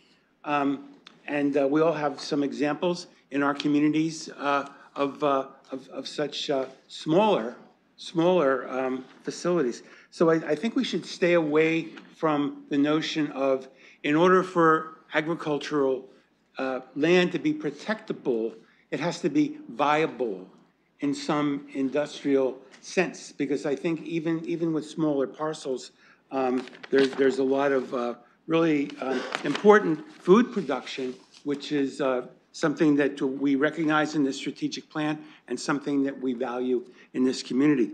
I'd like to look at 2.1.2, and I'll go to the third paragraph. In order to remove agricultural land for urban expansions, municipalities are to evaluate alternative locations which avoid prime agricultural areas. And when avoidance is not possible, and it goes on. And then at the last sentence, it says, avoidance of fragmented farmland patterns and loss of prime agricultural land, which I think would be a good place for a period. But it goes on to say, comma, where possible. So my question is, what is the where possible? how is that determined? Does the city have any ability to help define that, or is this 100% a matter of the PPS? And I guess I'll start with that question. I'll go staff.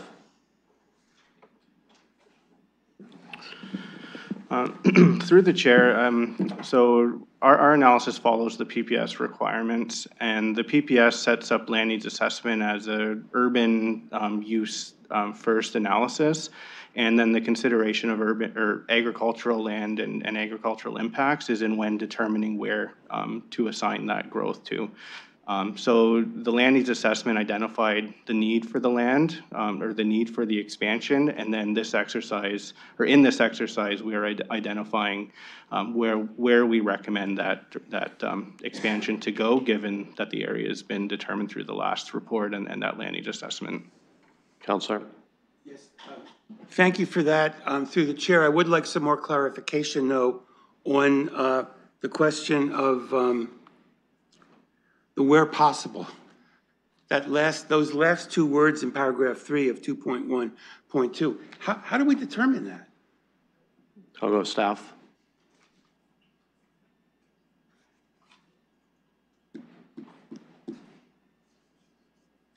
Councillor, can you?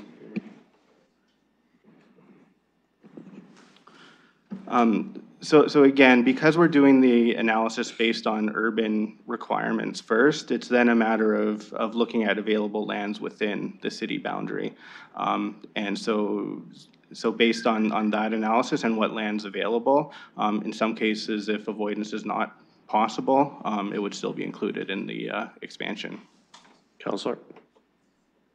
I think at this point we're going around in circles. I'm not getting a good sense of under what circumstances it would be considered not possible. So I'll move on for now. Would it be possible to add some language to B that says, with the community development industry, local indigenous communities, and add and food productions, and food producers, or the agricultural community, and the food production sector. The food production sector is best. Can we add that? I'll go staff.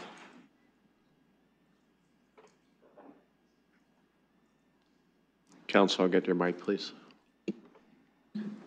Through the chair, as a group, they could be identified. They are circulated as part of a notice of community meetings, but we could separately identify them as a group for future consultation. Councillor.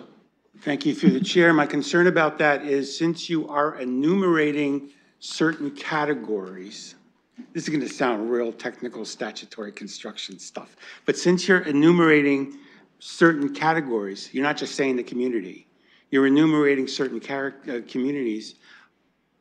By not including that, couldn't an argument be made that they're not as important as the ones that you've expressly identified? Go to staff. Through the chair, I'd just say that we're open to feedback from everyone. As part of the public process, any interested parties are invited to participate, and so we'd welcome consultation with any groups. Councillor? That's good to know. I would be looking for an amendment, though, to add that language. If somebody here would like to add that, that would be wonderful. Otherwise, I'll bring it forth at council. Thank you. I'll look for other speakers. Seeing none, if committee would permit me, I'll just, I've got a question and some comments, kind of following up a bit on Councillor Rahman's question. When I looked at the proposed changes, I saw a lot of future development targeted in the north, primarily in the northwest. And I'm wondering why that was preferred to more of the southern areas, especially along the 401 corridor, where we have more accessibility to major transportation. My understanding is it probably has to do with future sanitation plants. So I wonder if staff could comment kind of along those lines, what things were considered and looked at and why general feeling was moved away from the south to the northwest. Through the chair. So the southeast, again, there is an expectation that a portion of that area will be industrial as well. The exact location of industrial versus residential is still to be determined because the industrial valuation is ongoing. As we move further west along there, the majority of the urban area along the 401 is already in the urban growth boundary. And then as we get to the very western edge of the city, you know, the division between an urban north and a rural south is in part related to also that previous concerns from Indigenous communities about the servicing solutions in the southwest corner and a new pollution control plant that would be outletting out of the county out into the Thames River in immediate adjacency next to them. There's also the costs associated with the various just different upgrades to pollution control plants. So the relative merits of a west and northwest compared to the southeast was major factors in recommending the areas that were identified. And there's also in each given area, there's some certain sites which are recommended to be held out based on site-specific conditions, but in general terms, it was the servicing and the agriculture and those sorts of conditions. Thank you very much. So my general comments are this. Thank you, first of all, for staff. I think you've heard it from a number of communities and people that spoke about the good work that you're doing on this important file. This is a 30-year plan. 30-year plans are not in place to make immediate decisions. There's concerns that we'd be tying the hands of future councils. We are not. Councils move with the needs of the community, the desires of the community at the time, and we're certainly not predicting what those will be in 30 years' time. However, you do need a general roadmap of where we are thinking of going, and it's usually on long-term projects like sanitation, which I just mentioned, infrastructure, regional concerns where the province and our neighbors are going to be in, always considering of their plans, where is London going? And it's not, it's not urban sprawl. Urban sprawl is, maybe what London experienced in the past where, primarily low-density homes. But I think, and the mayor, referred to this, recently we've been seeing us exceeding our targets on high-density, medium-density versus low-density. The plans, when we do new subdivisions, definitely have that in mind, and it's changed since how we used to do subdivisions. I would just like to go to Mr. Mathers to just comment when we do new subdivisions, what densities are we looking at? Is it all single-family homes, or what in general does the planning department look at? Through the chair, so absolutely, when we're looking at new subdivisions and building new communities, we want to look at that at a very holistic perspective, so that it's not just a density and style of property and that we're allowing for. We want to look at having that mixed use, mixed intensity, so that we're creating new communities. And that's really what the London plan was based on, and that's what any type of development moving forward would look like. It's not going to be your typical 1960s, 1970s, and 80s sprawl. We want to look at creating complete communities. Thank you. And it's again, and I've said this before, it's true. If we're not going to have sufficient areas where we expand, the demand that's coming down from the GTA essentially and other areas to this region will go here. Either it's in our city or it will be outside of our city. And the benefits to being in our city is we can have these types of discussions. We can control what density we'd like to see.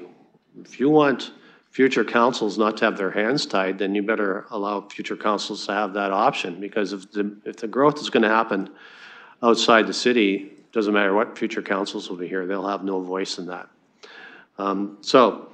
Thank you very much for this portion of this process. We've heard good feedback from the public today, which will continue, I hope, as we we look for feedback, you know, in bringing final plans to this committee and to council. I'll look one more time for comments. We have a motion moved and seconded. Councillor Pelosi. Thank you. Just housekeeping. It's not on the screen, but if the motion was up in Part B, Indigenous communities, Indigenous is not capitalized. And I would ask that it be capitalized before we do the vote. Okay, I'll ask the clerk if she can make that change. Yeah.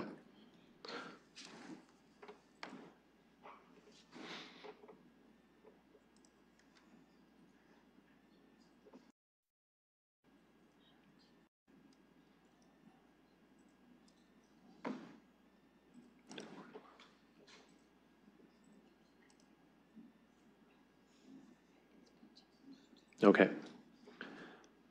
So we have a motion moved and seconded. The motion is on e-scribe. I'll call the vote.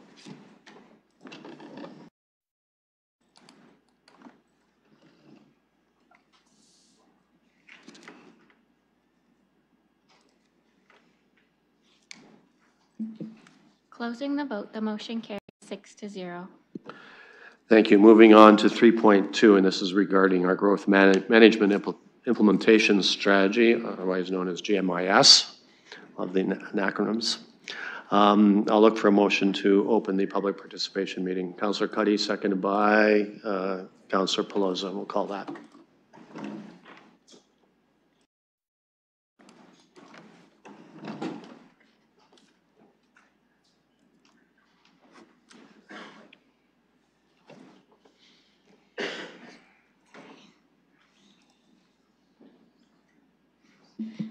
Closing the vote, the motion carries 6-0.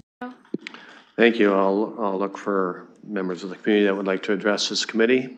Mr. Wallace, you have 5 minutes. Please go ahead. I got to get taller. Thank you, Mr. Chair. It's Mike Wallace from the London Development Institute. Briefly want to thank staff for the GMS project that we have annually. They've done a good job of outreach to the industry on the planned growth. There's no such thing as sprawl when it's within the urban growth boundary, Mr. Chair. It's all planned growth. If I was a planner, I'd be offended by calling it sprawl. But and I'd encourage anyone to look up what sprawl means in the dictionary. But what we want to do, what I wanted to say today is that this system that you have here for the growth management system that you have is unique to this community. There's others in other communities that are similar, but not quite to this one. But it's completely in control of you and, as you approve it today, city staff. And just in the report, just as an example, in this year, after the review with the development community, there are 2 canceled projects, 9 deferred, and 2 advanced.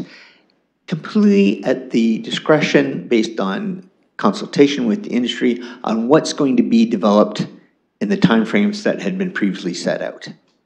And this process works. We think there are some improvements that could happen through the GMS system, but I'm not here to talk about those today.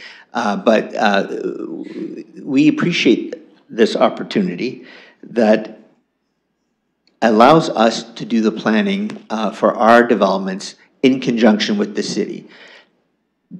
The infrastructure program here is basically just-in-time delivery. And so we need these discussions to be able to know when we are going to be able to deliver. And there's a lot of factors, whether it's the marketplace, whether it's availability of, many of our developers have a variety of projects on the go at once, and some get advanced faster than others. And there's lots that can go on in determining when something can come to market. So we appreciate the report. We appreciate the input that staff have with us annually, and we look forward to some improvements in the GMS program to be able to make this more efficient and effective for both the city and for the development community. Thank you. Thank you. I'll look for the next speaker.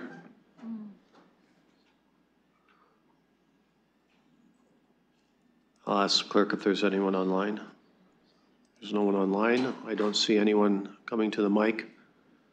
I'll look for a motion to close the PPM. Councillor Cuddy, seconded by Deputy Mayor Lewis will call the vote.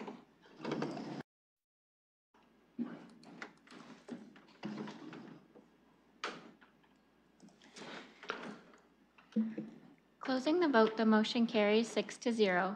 I'll go to committee looking for a motion to get things going. Deputy Mayor Lewis. I'll move the staff recommendation. Have a second there, please. Councillor Cuddy. And so I'll open it for comments and questions. Deputy Mayor Lewis.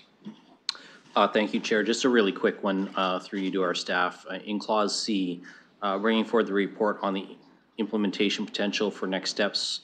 There's 4 projects listed there, and this is with regard to using Housing Accelerator funding for those projects. Just wondering if staff can comment. Are these projects that are coming new, or were they on the list and are now being evaluated under the HAF funding and the ability to unlock housing lands a little bit quicker than they would have where they were on the books before?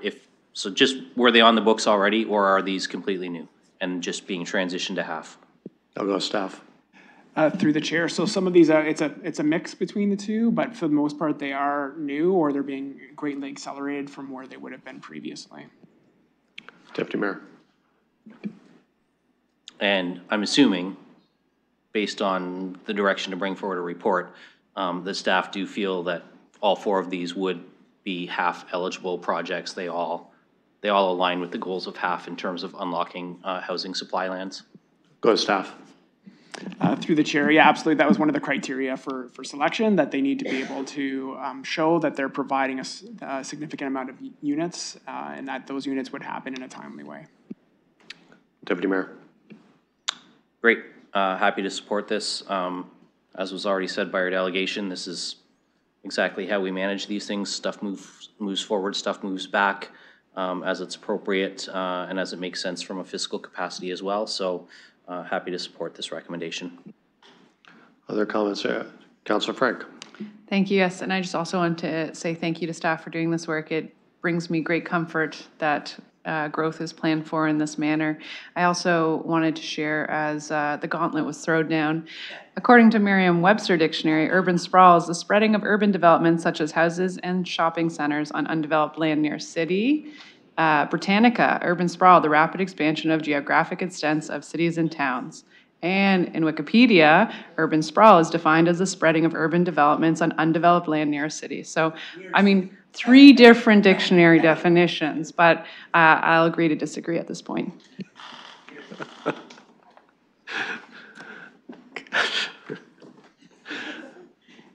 Where's my Webster's dictionary when I need it? Councillor Pelosi.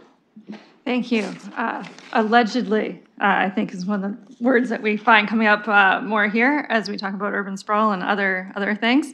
Looking through you to staff, if they can just give a brief overview as it would be coming back within this report. And just there's a lot going on in this area, referencing the Bradley Ave extension, Wonderland to Boswick, as it's referencing different work that be going on, just a really high-level overview of where things are at, as I know I have investors in the community reaching out for this area, as well as residents looking to see how their local community and networks are going to change. Go to staff.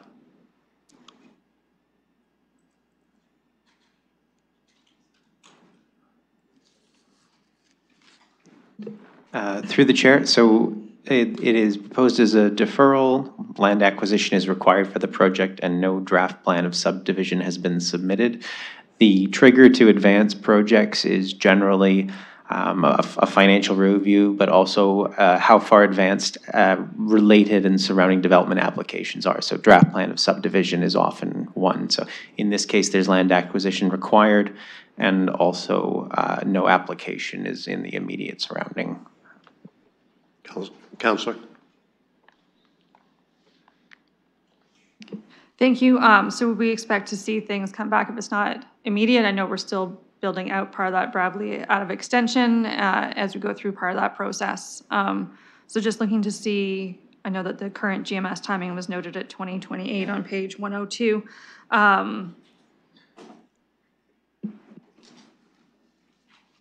Through the chair. So 2033 is now identified as the timeline, but again, this is also in part the reserve funds based on revenues that come in. So if by next year there are current applications that come in and the levels of development activity pick up, we again review this annually, and 2033 could be changed to a closer date as well.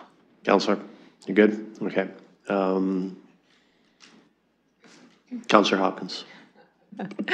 I always want to check to see if, committee, you taught me that one.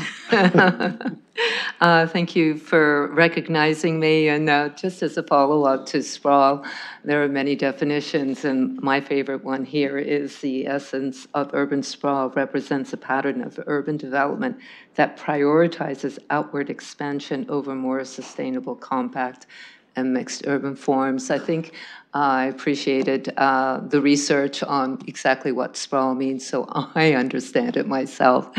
I do have a question. As you could see in the recommendation, there's a number of developments that are going forward or not going forward in Ward 9.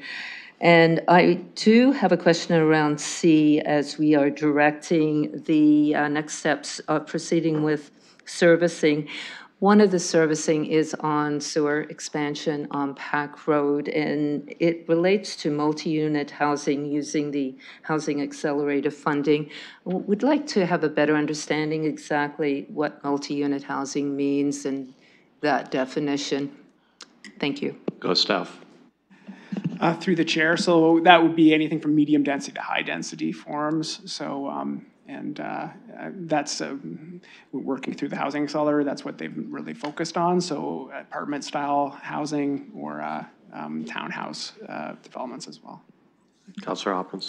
Thank you, Mr. Mabers, for that. Just so I understand, it also would include medium density overall as well. I see a nod, and I do have one other question as a follow-up on B, the Thornycroft Drain natural channel improvements along with the Bradley Avenue extension. I do see that they are being rescheduled from 28 to 2033, and the other one is 24 to 26. I guess, an explanation why we are pushing that forward as we are developing in this area. Go staff.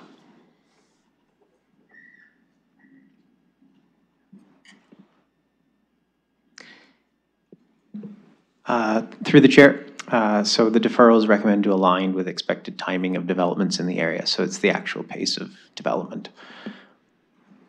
Councillor. So the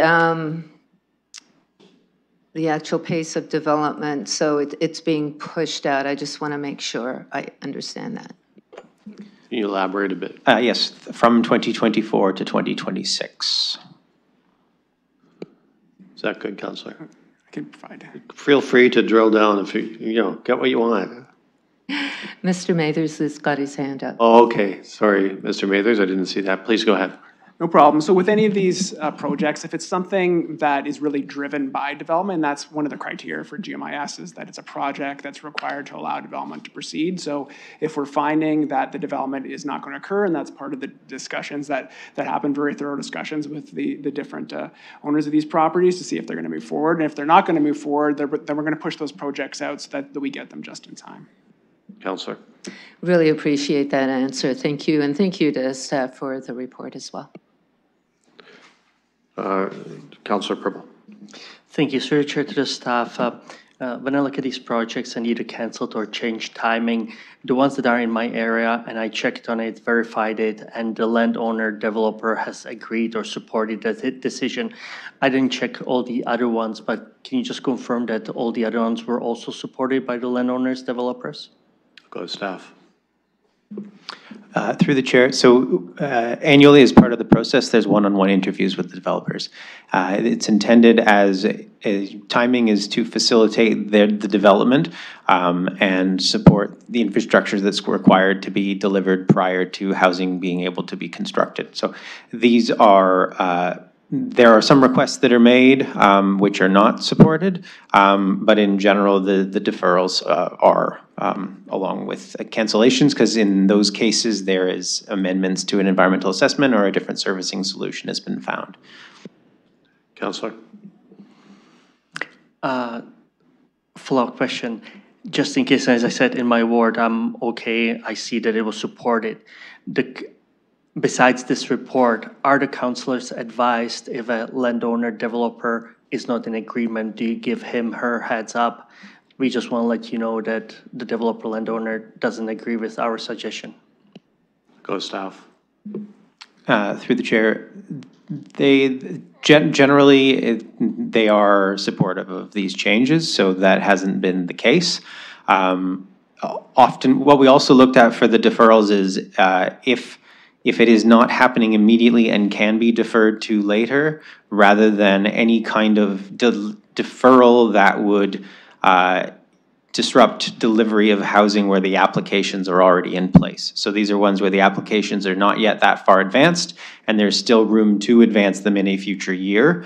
It's coordinated with the specific timing of those developments. So this is not any deferral that would interrupt active application where they already have those draft plans in place and are ready to go.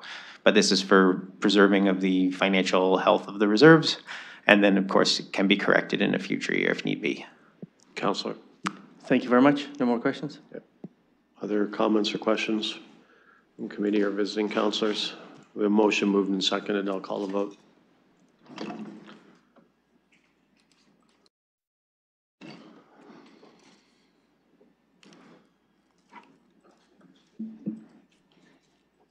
Closing the vote, the motion carries 6-0.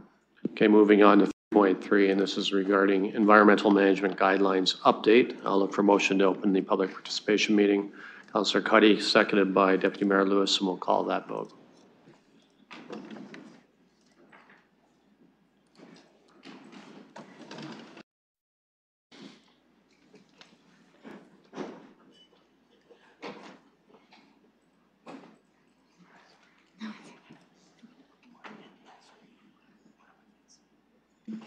Closing the vote, the motion carries 6-0. Thank you. I'll look for members of the public that would like to address the committee on this item.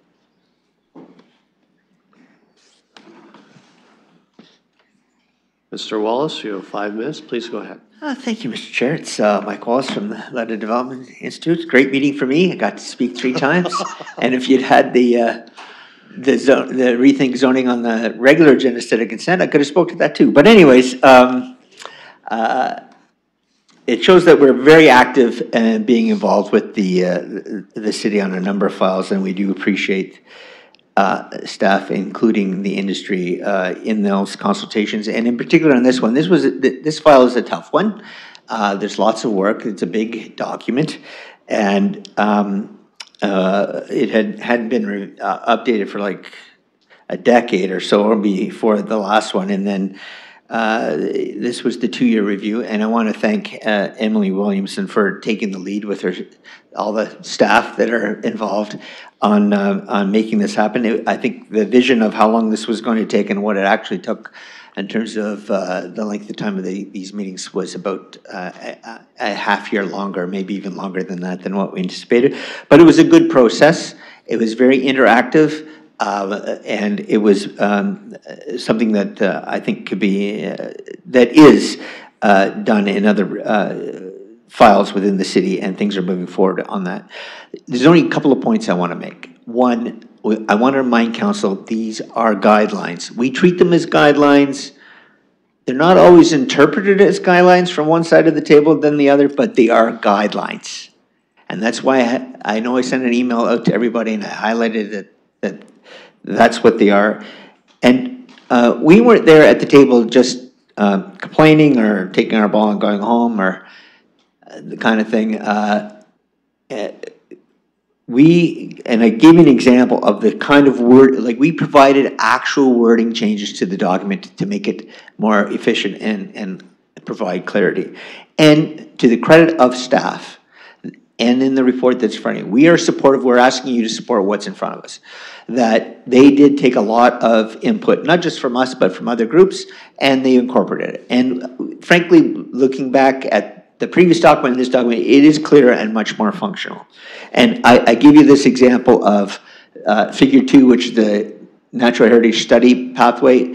To the average person looks pretty complicated, but for us, it's this addition or this new document actually adds clarity to what needs to be done when and how things move through the process. So those are the types of things that we were looking for in terms of improvements. Some were incorporated. Of course, not everything was that we submitted, but we are generally in support of what's here.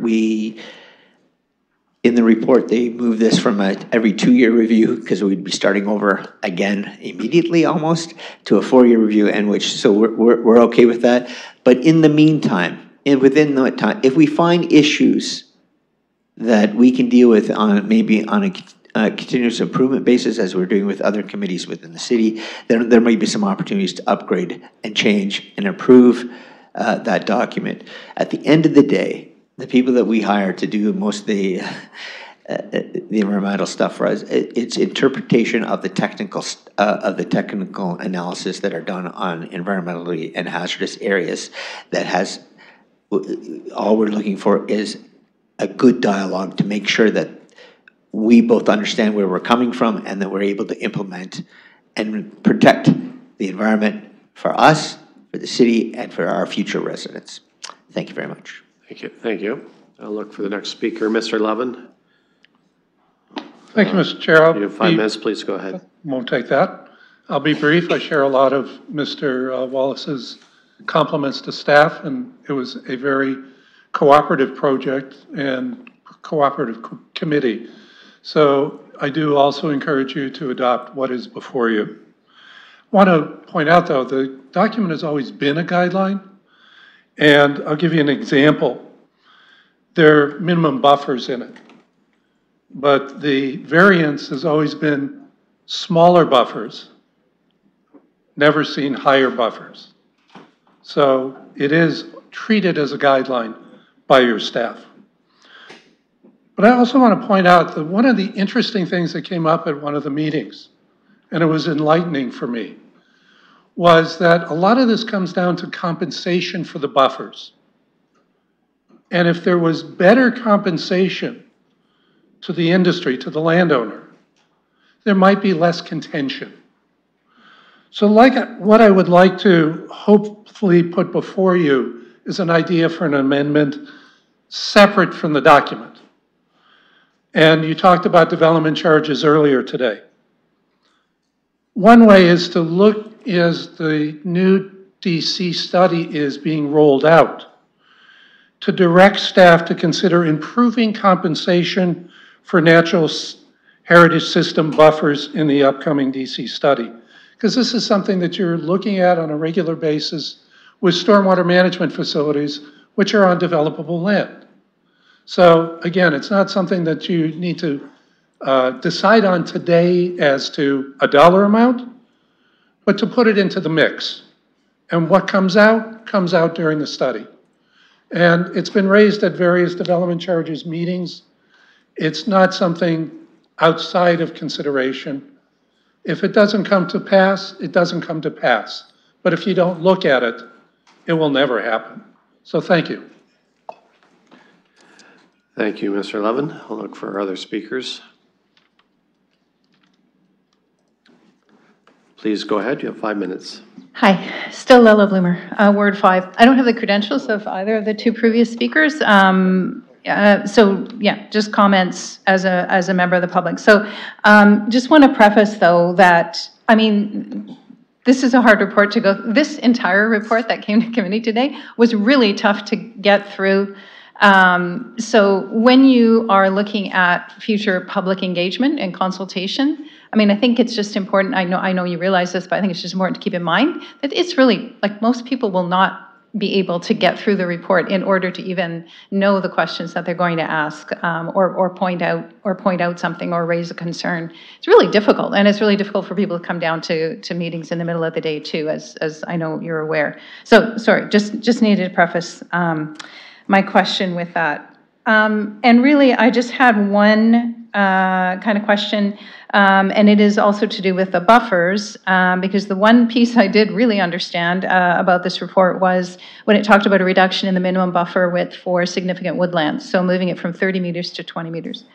For features of 2 hectares in size or greater. And so there was some evidence given there. There was a review that the risk by changing it to 20 meters is a low risk if it's under 20 meters, and or if it's over 20 meters, and if it's less than 20 meters, it's moderate risk of not achieving the desired function. I'm like, is it worth it? Really? And my question is also, the risk that you seem to be talking about in the review or in the report is about infringing on those woodlands. But my question is, what about wildlife and what about wildfire risk? Were those also part of the risk that was looking at lowering the buffers? But basically, I was thinking, why is it worth it to change the buffer from 20 meters to 30 meters? Why not, as I think was just raised, why not look at keeping it higher? Is it really going to make that much of a difference? And then one closing comment, which kind of relates to another ongoing discussion that I've heard, which was about the definition of urban sprawl. And I just wanted to go back to my earlier comment, which is that we don't all clearly have the same definitions for some of these terms. So, I mean, in some of the presentations that were given today, urban sprawl was not, we didn't use the term urban sprawl. So I think it's really, really, really important when you talk about concerns and when you talk about questions from the public that what they're actually talking about is what you're considering. So in my mind, I've never used the word urban sprawl to talk about concerns with the urban growth boundary, but it is about land use change. The lands that are being changed from what they are now and being proposed to be part of the urban growth boundary, that is the point. The point is to change the use of those lands, if not now, at some point. And they're not undeveloped right now. They're actually being used for something very valuable, whatever that is. So it's not about moving into undeveloped lands. It's about changing the use of the land. And I think that holds true in this environmental guideline as well. Anyway, thank you. Thank you. Look for other speakers. I'll ask clerk if there's anyone online. No, there's no one. Excuse me, there's no one online. I don't see anyone else approaching the microphone, so I'll look for a motion to close the PPM. Councillor Cuddy, Deputy Mayor, seconds. We'll call that vote.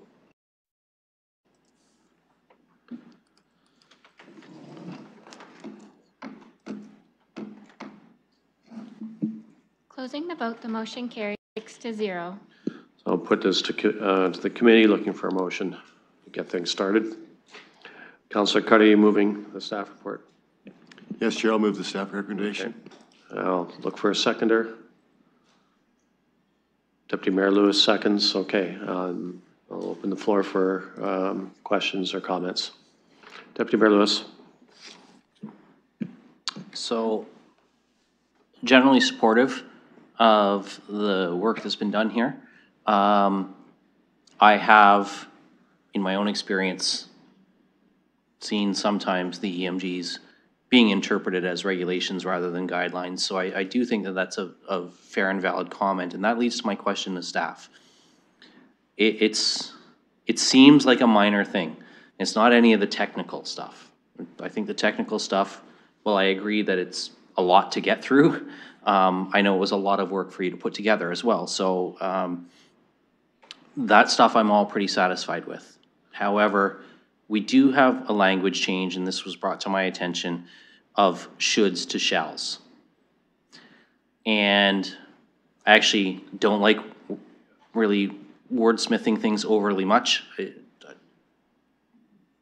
The previous item, in terms of starting to add people to lists of people we're going to consult is not something I support, because I think when we start to make a big long list, we have inevitably leave people off. So it's better to be general. And the same here, the should and shall. I've heard this raised in other contexts at City Council, sometimes through Infrastructure and Corporate Services Committee, sometimes through Community and Protective Services, but I've seen it come up that shall is to be treated as an absolute, this has to happen, and should means best case scenario, this happens, but in some cases, we're not going to be demanding of it. We will find a way to meet in the middle. So I'm through you, Chair. I want to ask staff why the change from should to shall in a number of our files here. So I'll go to staff. Through the chair, during this upgrade, our intent was to ensure that all applicable legislation was updated. The policy framework around this document, and even just in the few years we've been updating it, has shifted tremendously, specifically with respect to the shoulds and the shalls that have been changed in Section 2 of the Environmental Management Guidelines. Those changes were all with respect to our understanding of complete application requirements and/or requirements that are already existing within London Plan policy. We did bring it to the group, acknowledging that we are all humans, and if there was a should that should have been a shall or vice versa, we were happy to have that discussion. At the end of the day, the London Plan prevails, so if the policy is insufficient to support this implementation guideline, then it will be a should rather than a shall. And at the end of the day, council is also the decision maker for all these pieces. So at a staff level, we implement the technical implementation piece from an ecology lens, and then we bring that forward as a recommendation to council, and council decides. Deputy Mayor. Thank you for that. I want to drill down into what I think I heard there as sort of the most important part for me, which is the shalls are really about you shall provide us the information to evaluate as part of a complete application, not make us ask for it after the fact and take things longer to get through, rather than it necessarily being when we're actually doing the evaluation, maybe this condition is not one that we're going to be able to fully meet 100%, and so we have to have a discussion. So I just want to, again, dive down to the intent on the shalls is really about making sure that we are starting with the most information possible when we're evaluating an application, but it's not meant to become an absolute interpretation of what's going to be in a completed application with a staff recommendation, refusal or approval coming forward, and that it would still ultimately be council's decision. So and I'm seeing nods, but I'm just going to ask through you, Chair, if Ms. Williamson can confirm that it's more about making sure we've got the complete application. Yeah, I'll go to staff for their comments. Through the chair, that is the intent. We felt that it was important that all consultants and applicants were aware of what we deem complete application requirements, such that it's not a surprise should they submit an application. Certainly the complete application requirements provincially have changed substantially, so it puts developers and their consultants in a better position when they are developing these reports. In addition, there are many instances where we require the information and we may not agree with that information, which is why we did a lot of work on Figure 2.1, which was included in that email from Mr. Wallace. And it does identify two separate appeal mechanisms by which, if it is the case that staff do not agree with a specific application, the applicant is free to proceed, whether that's a disagreement with deeming an application incomplete or whether that's with respect to not accepting and approving the application itself. Deputy Mayor. Thank you. So very happy to hear that answer. That satisfies my concern in one aspect. I just have one follow-up to that, which is, and sorry, I don't have the figure in front of me, so if I missed it, that's on me, not on anyone else. But in terms of making sure that there is a complete application and the shall pieces, do we raise this or do we make sure that this is communicated to an applicant when we're at the pre-consultation stage so that we're not having it deemed or that they're not surprised that it's deemed incomplete. And basically the reason I'm asking this is because I just want to make sure that this is not going to lead to a whole lot more off the clock applications where it gets sent back because it's incomplete, and then we get into complaints about customer service and all of those things. And so I'd really like to try and avoid that if possible. So I just want to make sure that this is something that's communicated, not just in writing, but in terms of when pre-consults and that sort of thing happens, so that we're not having more applications fall off the clock. I'll go to staff. Through the chair, one of the greatest challenges we had while developing Figure 2.1 was the fact that we wanted folks to have the opportunity to still go through the non-required pre-consultation process, as well as firmly lay out what the direct application process would look like. So that is the intent of all these pieces, and should we always recommend additional pre-consultation before the application stage to ease the process of an application through a committee and through staff to committee. And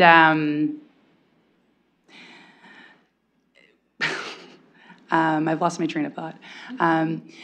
Once we get to, if we're able to get that pre-consultation piece, we are able to ask for everything we need at that time, and it will generally make it a smoother process throughout. Deputy Mayor, you're good. Other comments or questions? Seeing none, we have a motion moved and seconded. I'll call the vote.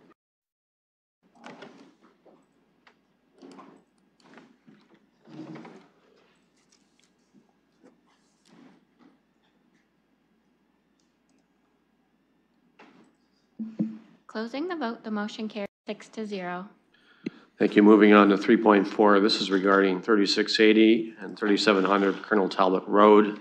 We'll look for motion to open the PPM. Councillor Cuddy, Deputy Mayor Lewis, we'll call the vote.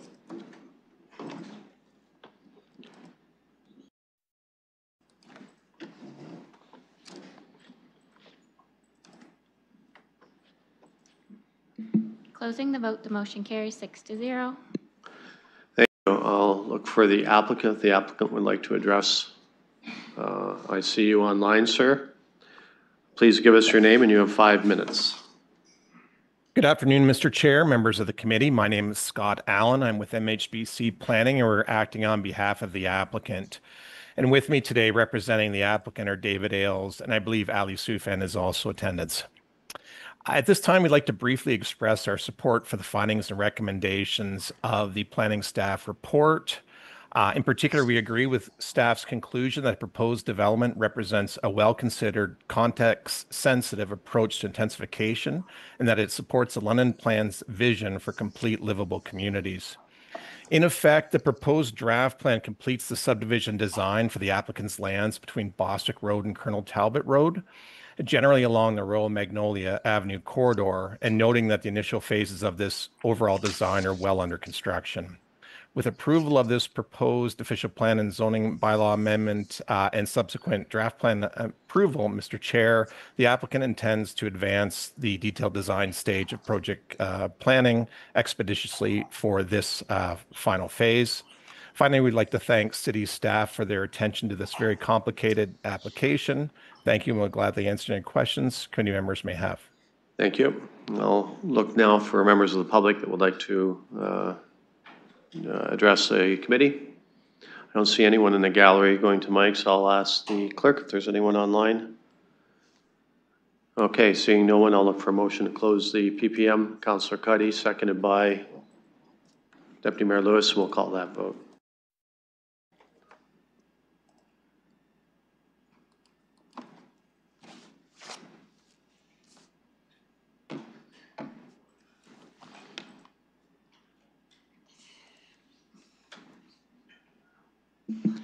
Closing the vote, the motion carries 6-0. Thank you. I'll go to committee now, looking for a motion to get things going. Councillor Cuddy, are you moving it? Staff recommendation. Okay, I'll look for a seconder. Deputy Mayor Lewis. I'll open the floor for questions or comments. Councillor Hopkins. Thank you, Mr. Chair. I'm back. This application is in my ward, and I really do appreciate you recognizing me. And I have maybe a question and a comment, but I'd like to first of all thank Mr. Mottram for taking me through the recommendation. As you can see, it's quite complicated, and this is the last phase in this subdivision area. And I do appreciate to the applicant the work of creating that tier system down from 9 to 4 to 6 and going lower internally. To me, it makes sense, and as you can see, there's well over 1,000 units in this development, so it's quite a large development. I do have a question maybe around the complete corridor, because this is an area that has, as you can see, it's got a water course and a river stream. There's a lot of work that's going to be needed to create this corridor to make this development work. And maybe through you, Mr. Chair, just to staff, a question around the complete corridor and how it works. So once, if approved, how do we go forward with the work that needs to be done before development, or does it get done as development unfolds? Just a better understanding. I'll go staff. Thank you, Mr. Chairman. The complete open space corridor is an integrated corridor which includes the drainage and stormwater management facilities. It will include public open space incorporating multi-use trails and pathways, as well as renaturalized areas, and in some cases will be included here reconstructed features such as some unevaluated wetlands that were identified on this plan will be recreated within the open space corridor concept. So it's only been conceptually designed at this stage, and city staff working in conjunction with the landowners will be proceeding from here to get into the detailed design and profiles of the whole entire corridor, which not only includes these lands that are the subject of this application, but lands further upstream to on the future subdivision phases to the north. Councillor. Yeah, thank you for that information. It's how it's all connected in this area. I know the Silverleaf subdivision, we undertook the same idea with that corridor, and it worked out really well. So I assume this is going to go forward through the site plan process, the detailed design, and sort of making it all work. I wasn't quite clear, though. Does the design work and the approvals of the corridor get done before development starts? I wasn't sure what goes first. I'll go staff. Yeah, thank you, Chair. The city will be leading the design of the corridor and coordinating with the developer on the timing of construction of it so that they can go hand in hand with each other, potentially include their stormwater management ponds. There's obviously coordination for grading around the boundaries of the complete corridor as well. So we have confidence that we can work with York on that, no problem. Councillor. Thank you for that, and looking forward for another subdivision in Ward 9. Thank you. Thank you. I'll go to Mayor Morgan. Thank you. I wanted to just make a couple comments. I appreciate the ward councillor's comments as well.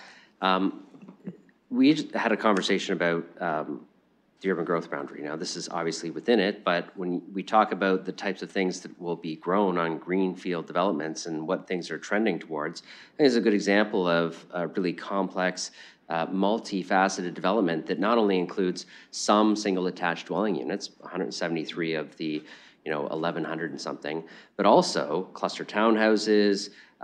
We have apartment blocks, we've got mixed residential and commercial use blocks, we've got parkway blocks, walkway blocks. This is the type of thing that I think you're going to see in the new way that neighborhoods are developed. There's a level of intensity to this. This is how we actually meet our 45% intensification target when we develop on these blocks of lands that are greenfield space.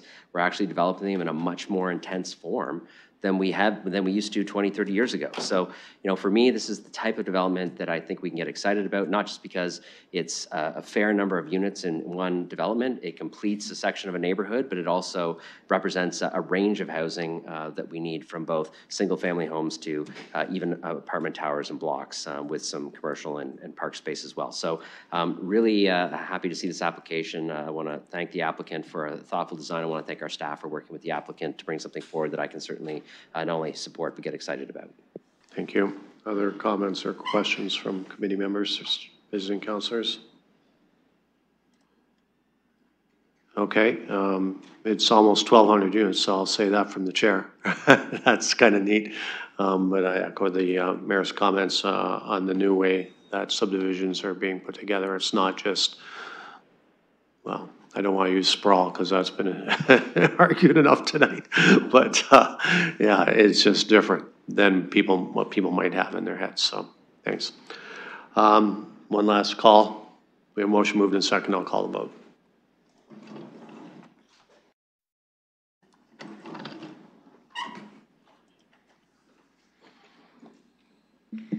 Closing the vote, the motion carries 6-0. Thank you. We have no items for direction. We have deferred matters list, so I'll look for a motion to receive that. Deputy Mayor Lewis, seconded by Councillor Cuddy, and any discussion?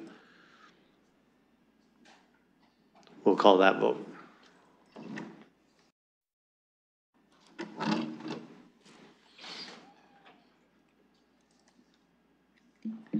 Closing the vote, the motion carries 6-0. Thank you. I just need a motion to adjourn. Deputy Mayor Lewis, seconded by Councillor Cuddy. Hand vote. Motion carries. Thank you, everyone.